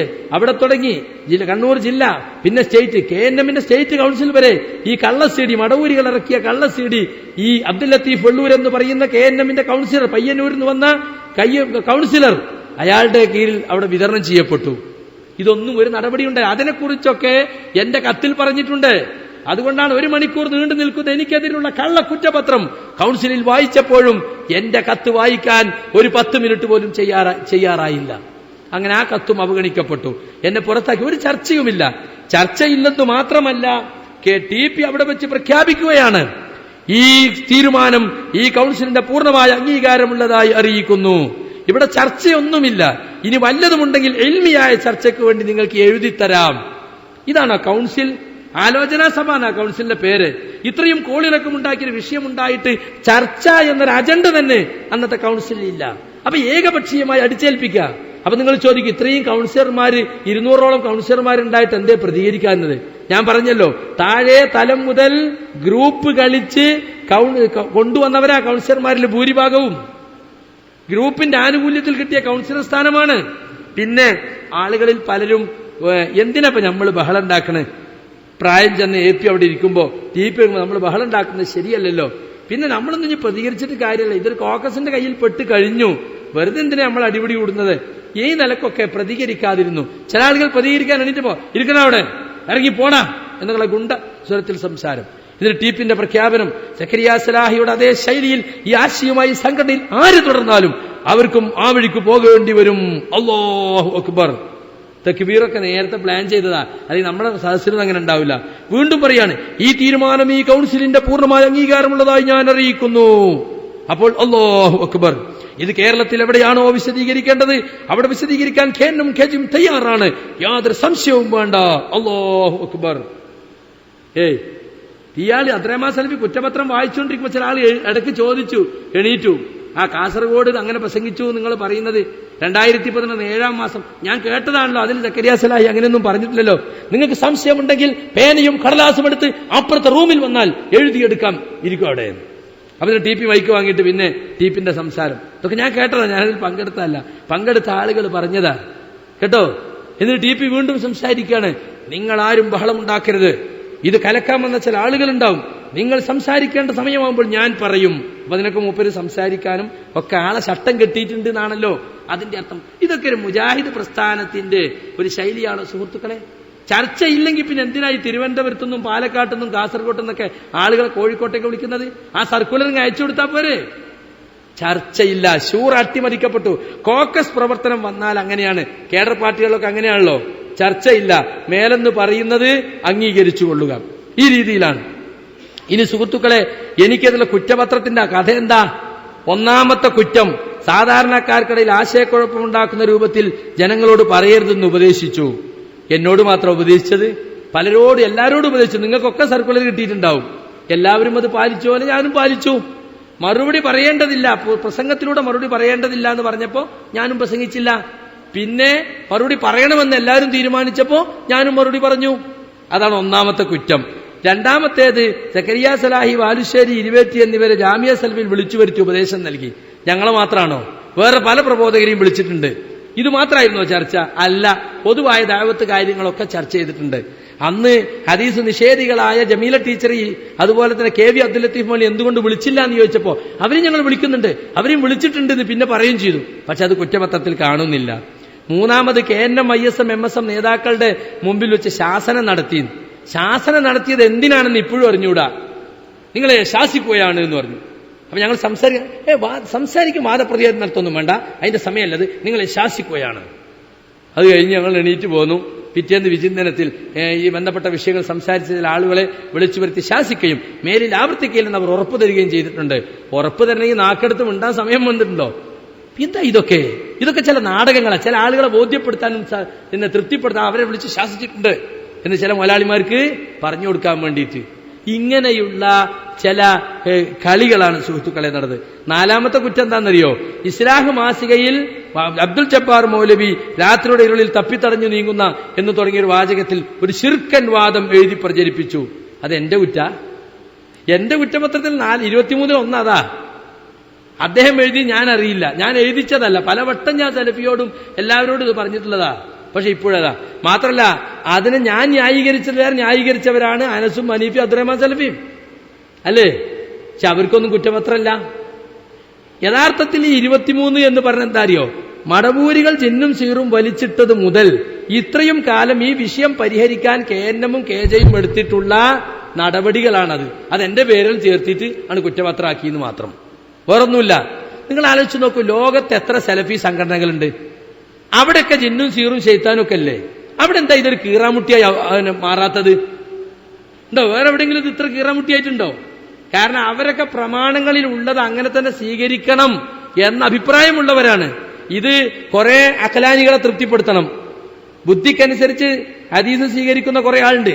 വാസ്തവത്തിൽ റുഖ്യാശറയും കണ്ണേറും ജിന്നുബാധയും സീറുബാധയും ദഹിക്കാത്ത കുറെ ആൾ കേന്നമിലുണ്ട്. അവരാണ് ഇപ്പത്തെ പ്രശ്നക്കാര്. അവര് മടവൂരിയിലേക്ക് പോകേണ്ടവരായിരുന്നു, പോയില്ല. 10 കൊല്ലം കൂടെ നടന്നാലെങ്കിലും മാറ്റം ഉണ്ടാവുന്ന വിചാരിച്ച്. മാറ്റം ഉണ്ടായില്ല എന്ന് മാത്രമല്ല, 5 കൊല്ലം മുമ്പ് സലാം സല്ലമി പറഞ്ഞിടത്തേക്ക് വരും എത്തി.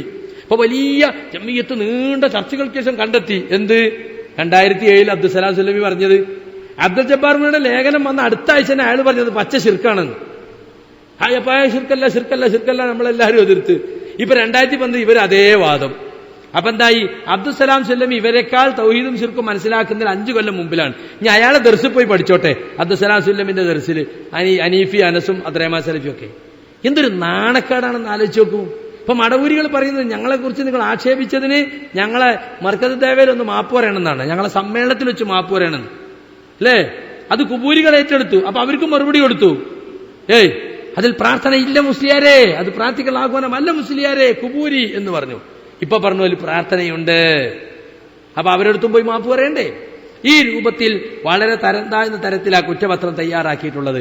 4-മത്തത് എന്താണെന്നറിയോ? എഴുതിക്കൊടുത്ത ഒരു കുറിപ്പ്, ഇസ്ലാഹില ലേഖനത്തെ കുറിച്ച് എഴുതിക്കൊടുത്ത കുറിപ്പ് പ്രസിദ്ധീകരിക്കാതെ 5-8 മാസം നീട്ടിക്കൊണ്ടുപോയി. അതിന് ഞാനെന്താ ഉത്തരവാദി? എന്റേതാ ഇസ്ലാഹ്? എന്റെ സ്വകാര്യ സ്വത്താ? ഞാനതിൽ എഡിറ്ററല്ല, സബ് എഡിറ്ററല്ല, മാനേജറല്ല, അസിസ്റ്റന്റ് മാനേജറല്ല.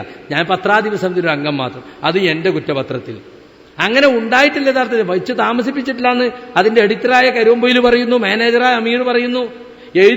എഴുതി കൊണ്ടുവന്ന അനസ് അത് കയ്യിൽ വെച്ചു. അദ്ദേഹം ഡിസംബറിലൊക്കെ ഇറങ്ങിയതിനു ശേഷം കൊടുത്തു. അപ്പൊ ജനുവരിൽ പ്രസിദ്ധീകരിച്ചു. അത് കാലതാമസം നമ്മൾ വരുത്തിയിട്ടില്ല എന്ന് കഴിഞ്ഞ നവംബറിൽ ബഹ്റൈനിൽ വെച്ച് അനസ് തന്നെ പറഞ്ഞിട്ടുണ്ട്. ലേഖനം ഇറങ്ങണ്ടേ, പിന്നെ ആളുകളത് വിവാദമാക്കണ്ടേ, ചർച്ച ആവണ്ടേ, അങ്ങനെ പിന്നെ തിരുത്തു വരണ്ടേ. അപ്പൊ അത് സ്വാഭാവികമായി ഉണ്ടായതാണെന്ന് അനസ് തന്നെ പറഞ്ഞിട്ടുണ്ട്. അതും എന്റെ 23-1. പിന്നെ 2009 പ്രഭാഷണങ്ങൾ വിലക്കി, പിന്നീട് പിൻവലിച്ചു. എന്തിനാ വിലക്കിയത് ഇപ്പോഴും അറിഞ്ഞൂടാ. തേജസ്സിന് വാർത്ത കൊടുത്തു, ഞങ്ങൾ അറിയിക്കാതെ. പിറ്റേന്ന് നിഷേധിക്കുകയും ചെയ്തു. KNM 2 പ്രവാസികരെ പുറത്താക്കിയെന്ന വാർത്ത അടിസ്ഥാനരഹിതമാണ്. അപ്പൊ അതിന്റെ അടിയിൽ തന്നെ തേജസ് ലേഖകൻ ഉത്തരവാദപ്പെട്ട കേന്ദ്രങ്ങളിൽ വിശ്വസനീയമായി കിട്ടിയതുകൊണ്ട് തന്നെയാണ് കൊടുത്തത്. അപ്പൊ ആരാ കള്ളൻ? അതാണ് എന്റെ കുറ്റപത്രത്തിലെ 1. അതൊക്കെ വിശദീകരിക്കാനെങ്കിൽ ഒരുപാട് വിശദീകരിക്കാണ്ട്. പിന്നെ നമ്മുടെ എതിരാളികൾ ഇസ്ലാഹ് ലേഖനം വിഷയമാക്കിയപ്പോൾ 2010 ആഗസ്റ്റിൽ കരുവമ്പൊയിൽ ഒരു ലേഖനം എഴുതി വിചിന്തനത്തിൽ. അത് ഞാനെന്താ ഉത്തരവാദി? അത് എന്റെ കുറ്റപത്രത്തിൽ ഒരു നമ്പർ നോക്കൂ നിങ്ങൾ. ഇതെന്റെ കുറ്റ. പിന്നെന്താ അറിയോ? ഈ വിവാദം പ്രബോധന രംഗത്ത് പ്രശ്നമായപ്പോൾ കുറെ ആളുകളെ വിളിച്ചു വരുത്തി ഒരു പുസ്തകം ഇറക്കാൻ തീരുമാനിച്ചു. അതെന്റെ കുറ്റപത്രത്തിൽ ഒരു നമ്പർ അതാ. കണ്ടോ? ആ വിളിച്ച കൂട്ടത്തിൽ ഞാനുണ്ട്. പ്രബോധന രംഗത്തുള്ള പലരെയും വിളിച്ചിട്ടുണ്ട്. അപ്പൊ എന്റെ പേരെ ഉള്ളതുകൊണ്ട് അത് എനിക്ക് കുറ്റാക്കി. പിന്നെ അങ്ങനെ ആ പുസ്തകം ഇറക്കൽ നീണ്ടുപോയി. 5 അംഗ സമിതിയിലുള്ള ചില താല്പര്യക്കുറവ് മൂലം. അപ്പോൾ അമാനി മൗലയുടെ ബുക്ക് ഇറക്കാൻ KNM പറഞ്ഞു. അതെന്റെ അതാ കുറ്റപത്രത്തിൽ 1. അടുത്ത 9-ാം നമ്പർ. 10-ാം നമ്പർ എന്താ അറിയോ? ഈ വിഷയത്തിൽ പ്രബന്ധം ക്ഷണിക്കാൻ തീരുമാനിച്ചു. 2 പ്രബന്ധം കിട്ടി. ജൂറി അത് പരിശോധിച്ചു, എന്നിട്ട് സർക്കുലർ ഇറക്കി. അതെന്റെ അതെന്റെ കുറ്റപത്രത്തിൽ 1 അതാണ്. നോക്കണം നിങ്ങള്. പിന്നെ ജൂറി കൈക്കൊണ്ട തീരുമാനം KJU പ്രബന്ധകർത്താക്കൾ, അതുപോലെ KJU ഫത്വ ബോർഡ് മെമ്പർ എന്നിവർ ഏകകണ്ഠമായി അംഗീകരിച്ച് സർക്കുലറാക്കി KNM ഇറക്കി. അതെന്റെ കുറ്റപത്രത്തിൽ 1. അതെന്റെ ഒരു സാമാന്യ മര്യാദ ഒരു കുറ്റപത്രത്തിൽ വരേണ്ട കാര്യമല്ലേ കുറ്റപത്രത്തിൽ വരിക? ഇങ്ങനെ സുഹൃത്തുക്കളെ 23 എഴുതി ചേർത്തിയിട്ട് ഇതിൽ 2011 മാത്രമാണ് ഈ വിഷയം ചർച്ചയ്ക്ക് വരുന്നത്. ഞാൻ പറയുന്നത് ഈ രൂപത്തിലൊക്കെ ചെയ്ത് കൗൺസിലും എനിക്ക് പറയാൻ അവസരം കിട്ടിയില്ല. കൗൺസിലിന്റെ അന്നും തലേന്നും പത്രത്തിൽ വാർത്ത വന്നു. ഈ ഞങ്ങൾക്ക് കിട്ടിയ ഈ പുസ്തകത്തിൽ അതിന്റെ ആദ്യ ഭാഗത്ത് തന്നെ കാണാം. സെപ്റ്റംബർ 1 ഇറങ്ങിയ മാധ്യമത്തിൽ സക്കരിയ സലാഹിയെ KNM പുറത്താക്കിയെന്ന തലക്കെട്ടിൽ എന്താറിയോ? ജന്നുകളെ വിളിച്ചു പ്രാർത്ഥിക്കുന്നത് ബഹുദൈവ ആരാധന അഥവാ ശിർക്കല്ലെന്ന വാദമാണ് സക്കരിയ സലാഹിക്കെതിരെ നടപടിക്ക് വഴിവെച്ചത്. ഇത് ഉത്തരവാദപ്പെട്ട കേന്ദ്രങ്ങളിൽ നിന്ന് കിട്ടിയതുകൊണ്ടാണ് അവർ കൊടുത്തത്. നമ്മൾ വിളിച്ചു വെച്ചാൽ പറഞ്ഞ് ഞങ്ങൾക്ക് വേണ്ടപ്പെട്ടൊന്ന് കിട്ടിയാണെന്ന്. ജിന്നുകളെ വിളിച്ചു പ്രാർത്ഥിക്കുന്ന ശിർക്ക് തന്നെ എന്ന് പറഞ്ഞിട്ട് 2-ാം തീയതി ഞാൻ പത്രത്തിൽ കൊടുത്തു. അപ്പൊ മാതൃഭൂമിയിൽ 6 കോളം വാർത്ത. അതിലുള്ളത് എന്താണെന്നറിയോ?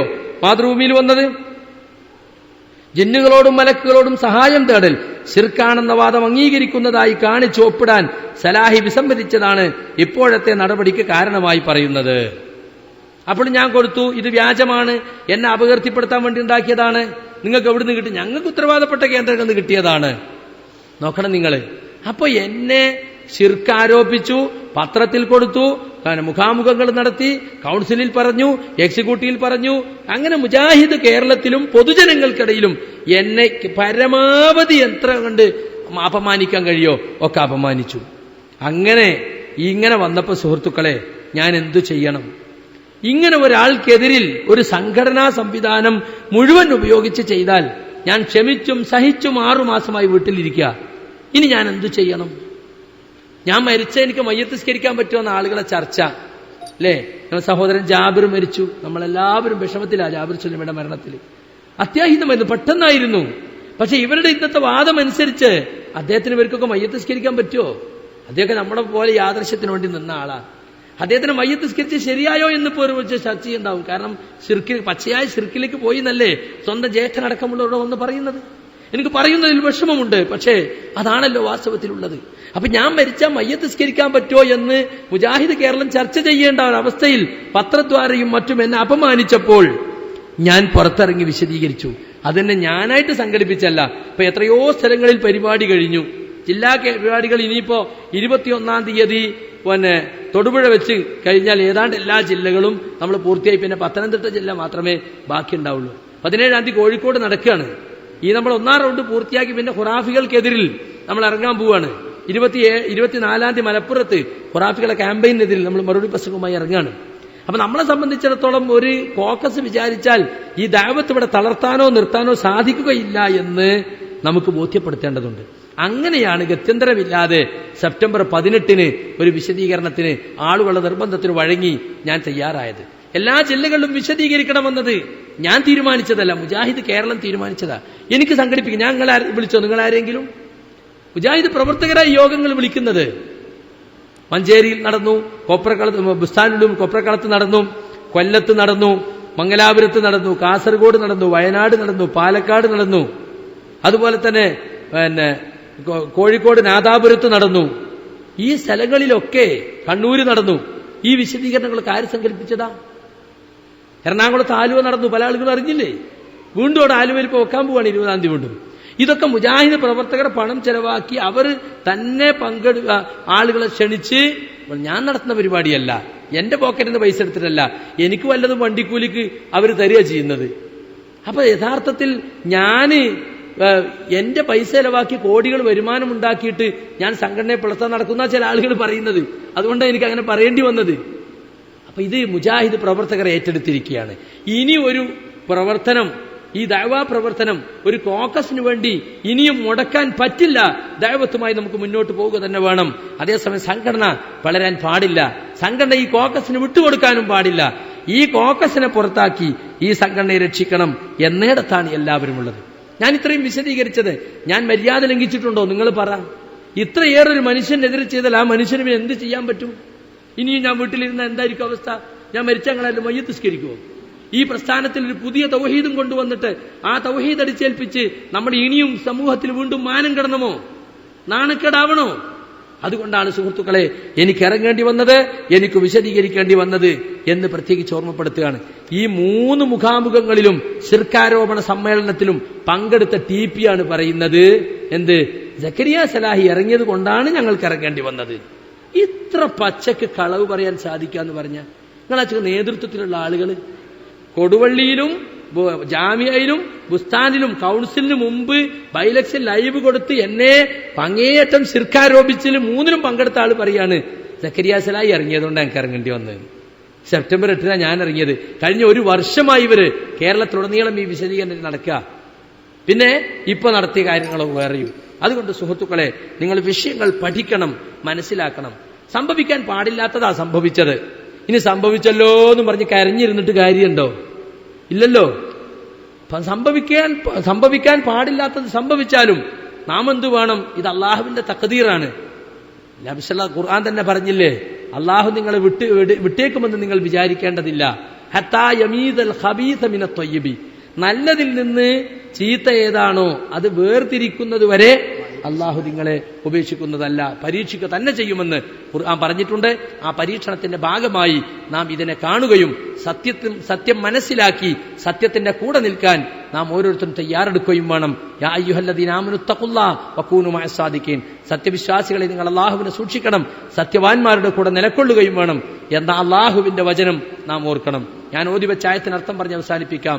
വല്ലദീന യുദൂനൽ മുഅ്മിനീന വൽ മുഅ്മിനാത്തി ബിഗൈരി മക്തസബു, ചെയ്യാത്ത കുറ്റത്തിനു വേണ്ടി മുഅ്മിനുകളായ പുരുഷന്മാരെയും സ്ത്രീകളെയും ദ്രോഹിക്കുന്നവർ ആരാകട്ടെ, ഫഖദ് ഇഹ്തമലു ബുഹ്താനം വ ഇസ്മം മുബീന, അവർ അപരാധവും വ്യക്തമായ കുറ്റവും പേറിയിരിക്കുന്നു, വഹിച്ചിരിക്കുന്നു എന്ന് ഖുർആൻ പറഞ്ഞിട്ടുണ്ട്.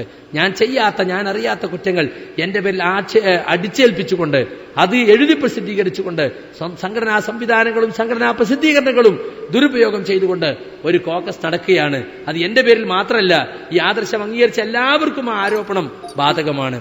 അങ്ങനെ മുജാഹിദ് പ്രസ്ഥാനത്തിൽ ഒരുപാട് ആളുകൾ ശിർക്കിലേക്ക് പോയി എന്ന് കുപ്രചരണം നടത്തി, എന്നിട്ട് സംഘടനയെ രക്ഷിക്കുന്ന ആളായി രംഗത്ത് വന്ന് സംഘടന പിടിച്ചെടുക്കുക. പ്രശ്നം ഉണ്ടാക്കുന്നത് മൂപ്പരനെ, പ്രശ്നം പരിഹരിക്കുന്നത് മൂപ്പരനെ. അങ്ങനെയുള്ള പൊളിറ്റിക്സ് ആണ് ഇപ്പോൾ നടന്നുകൊണ്ടിരിക്കുന്നത്. അല്ലാതെ ഇതൊരു ദീനീ സംഘടനയെ രക്ഷിക്കാനുള്ള പ്രവർത്തനമാണെന്നൊന്നും നിങ്ങൾ വിചാരിക്കേണ്ടതില്ല.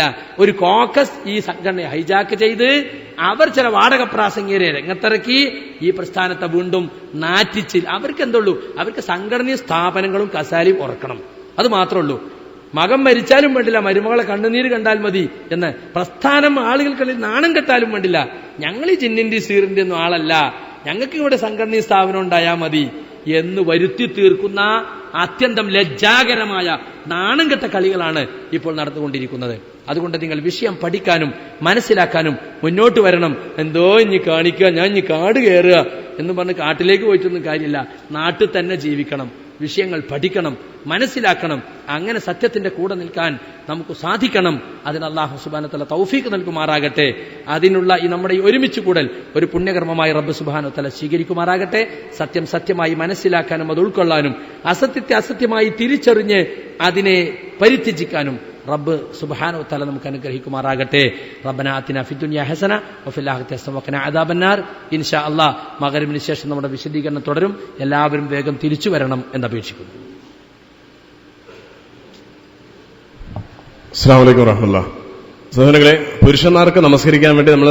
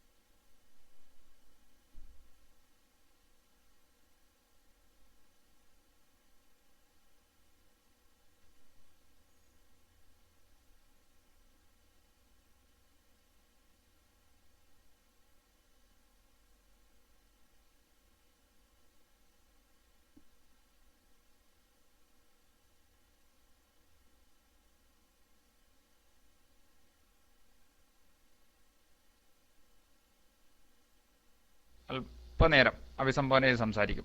ഇപ്പോഴല്ല, പ്രഭാഷണം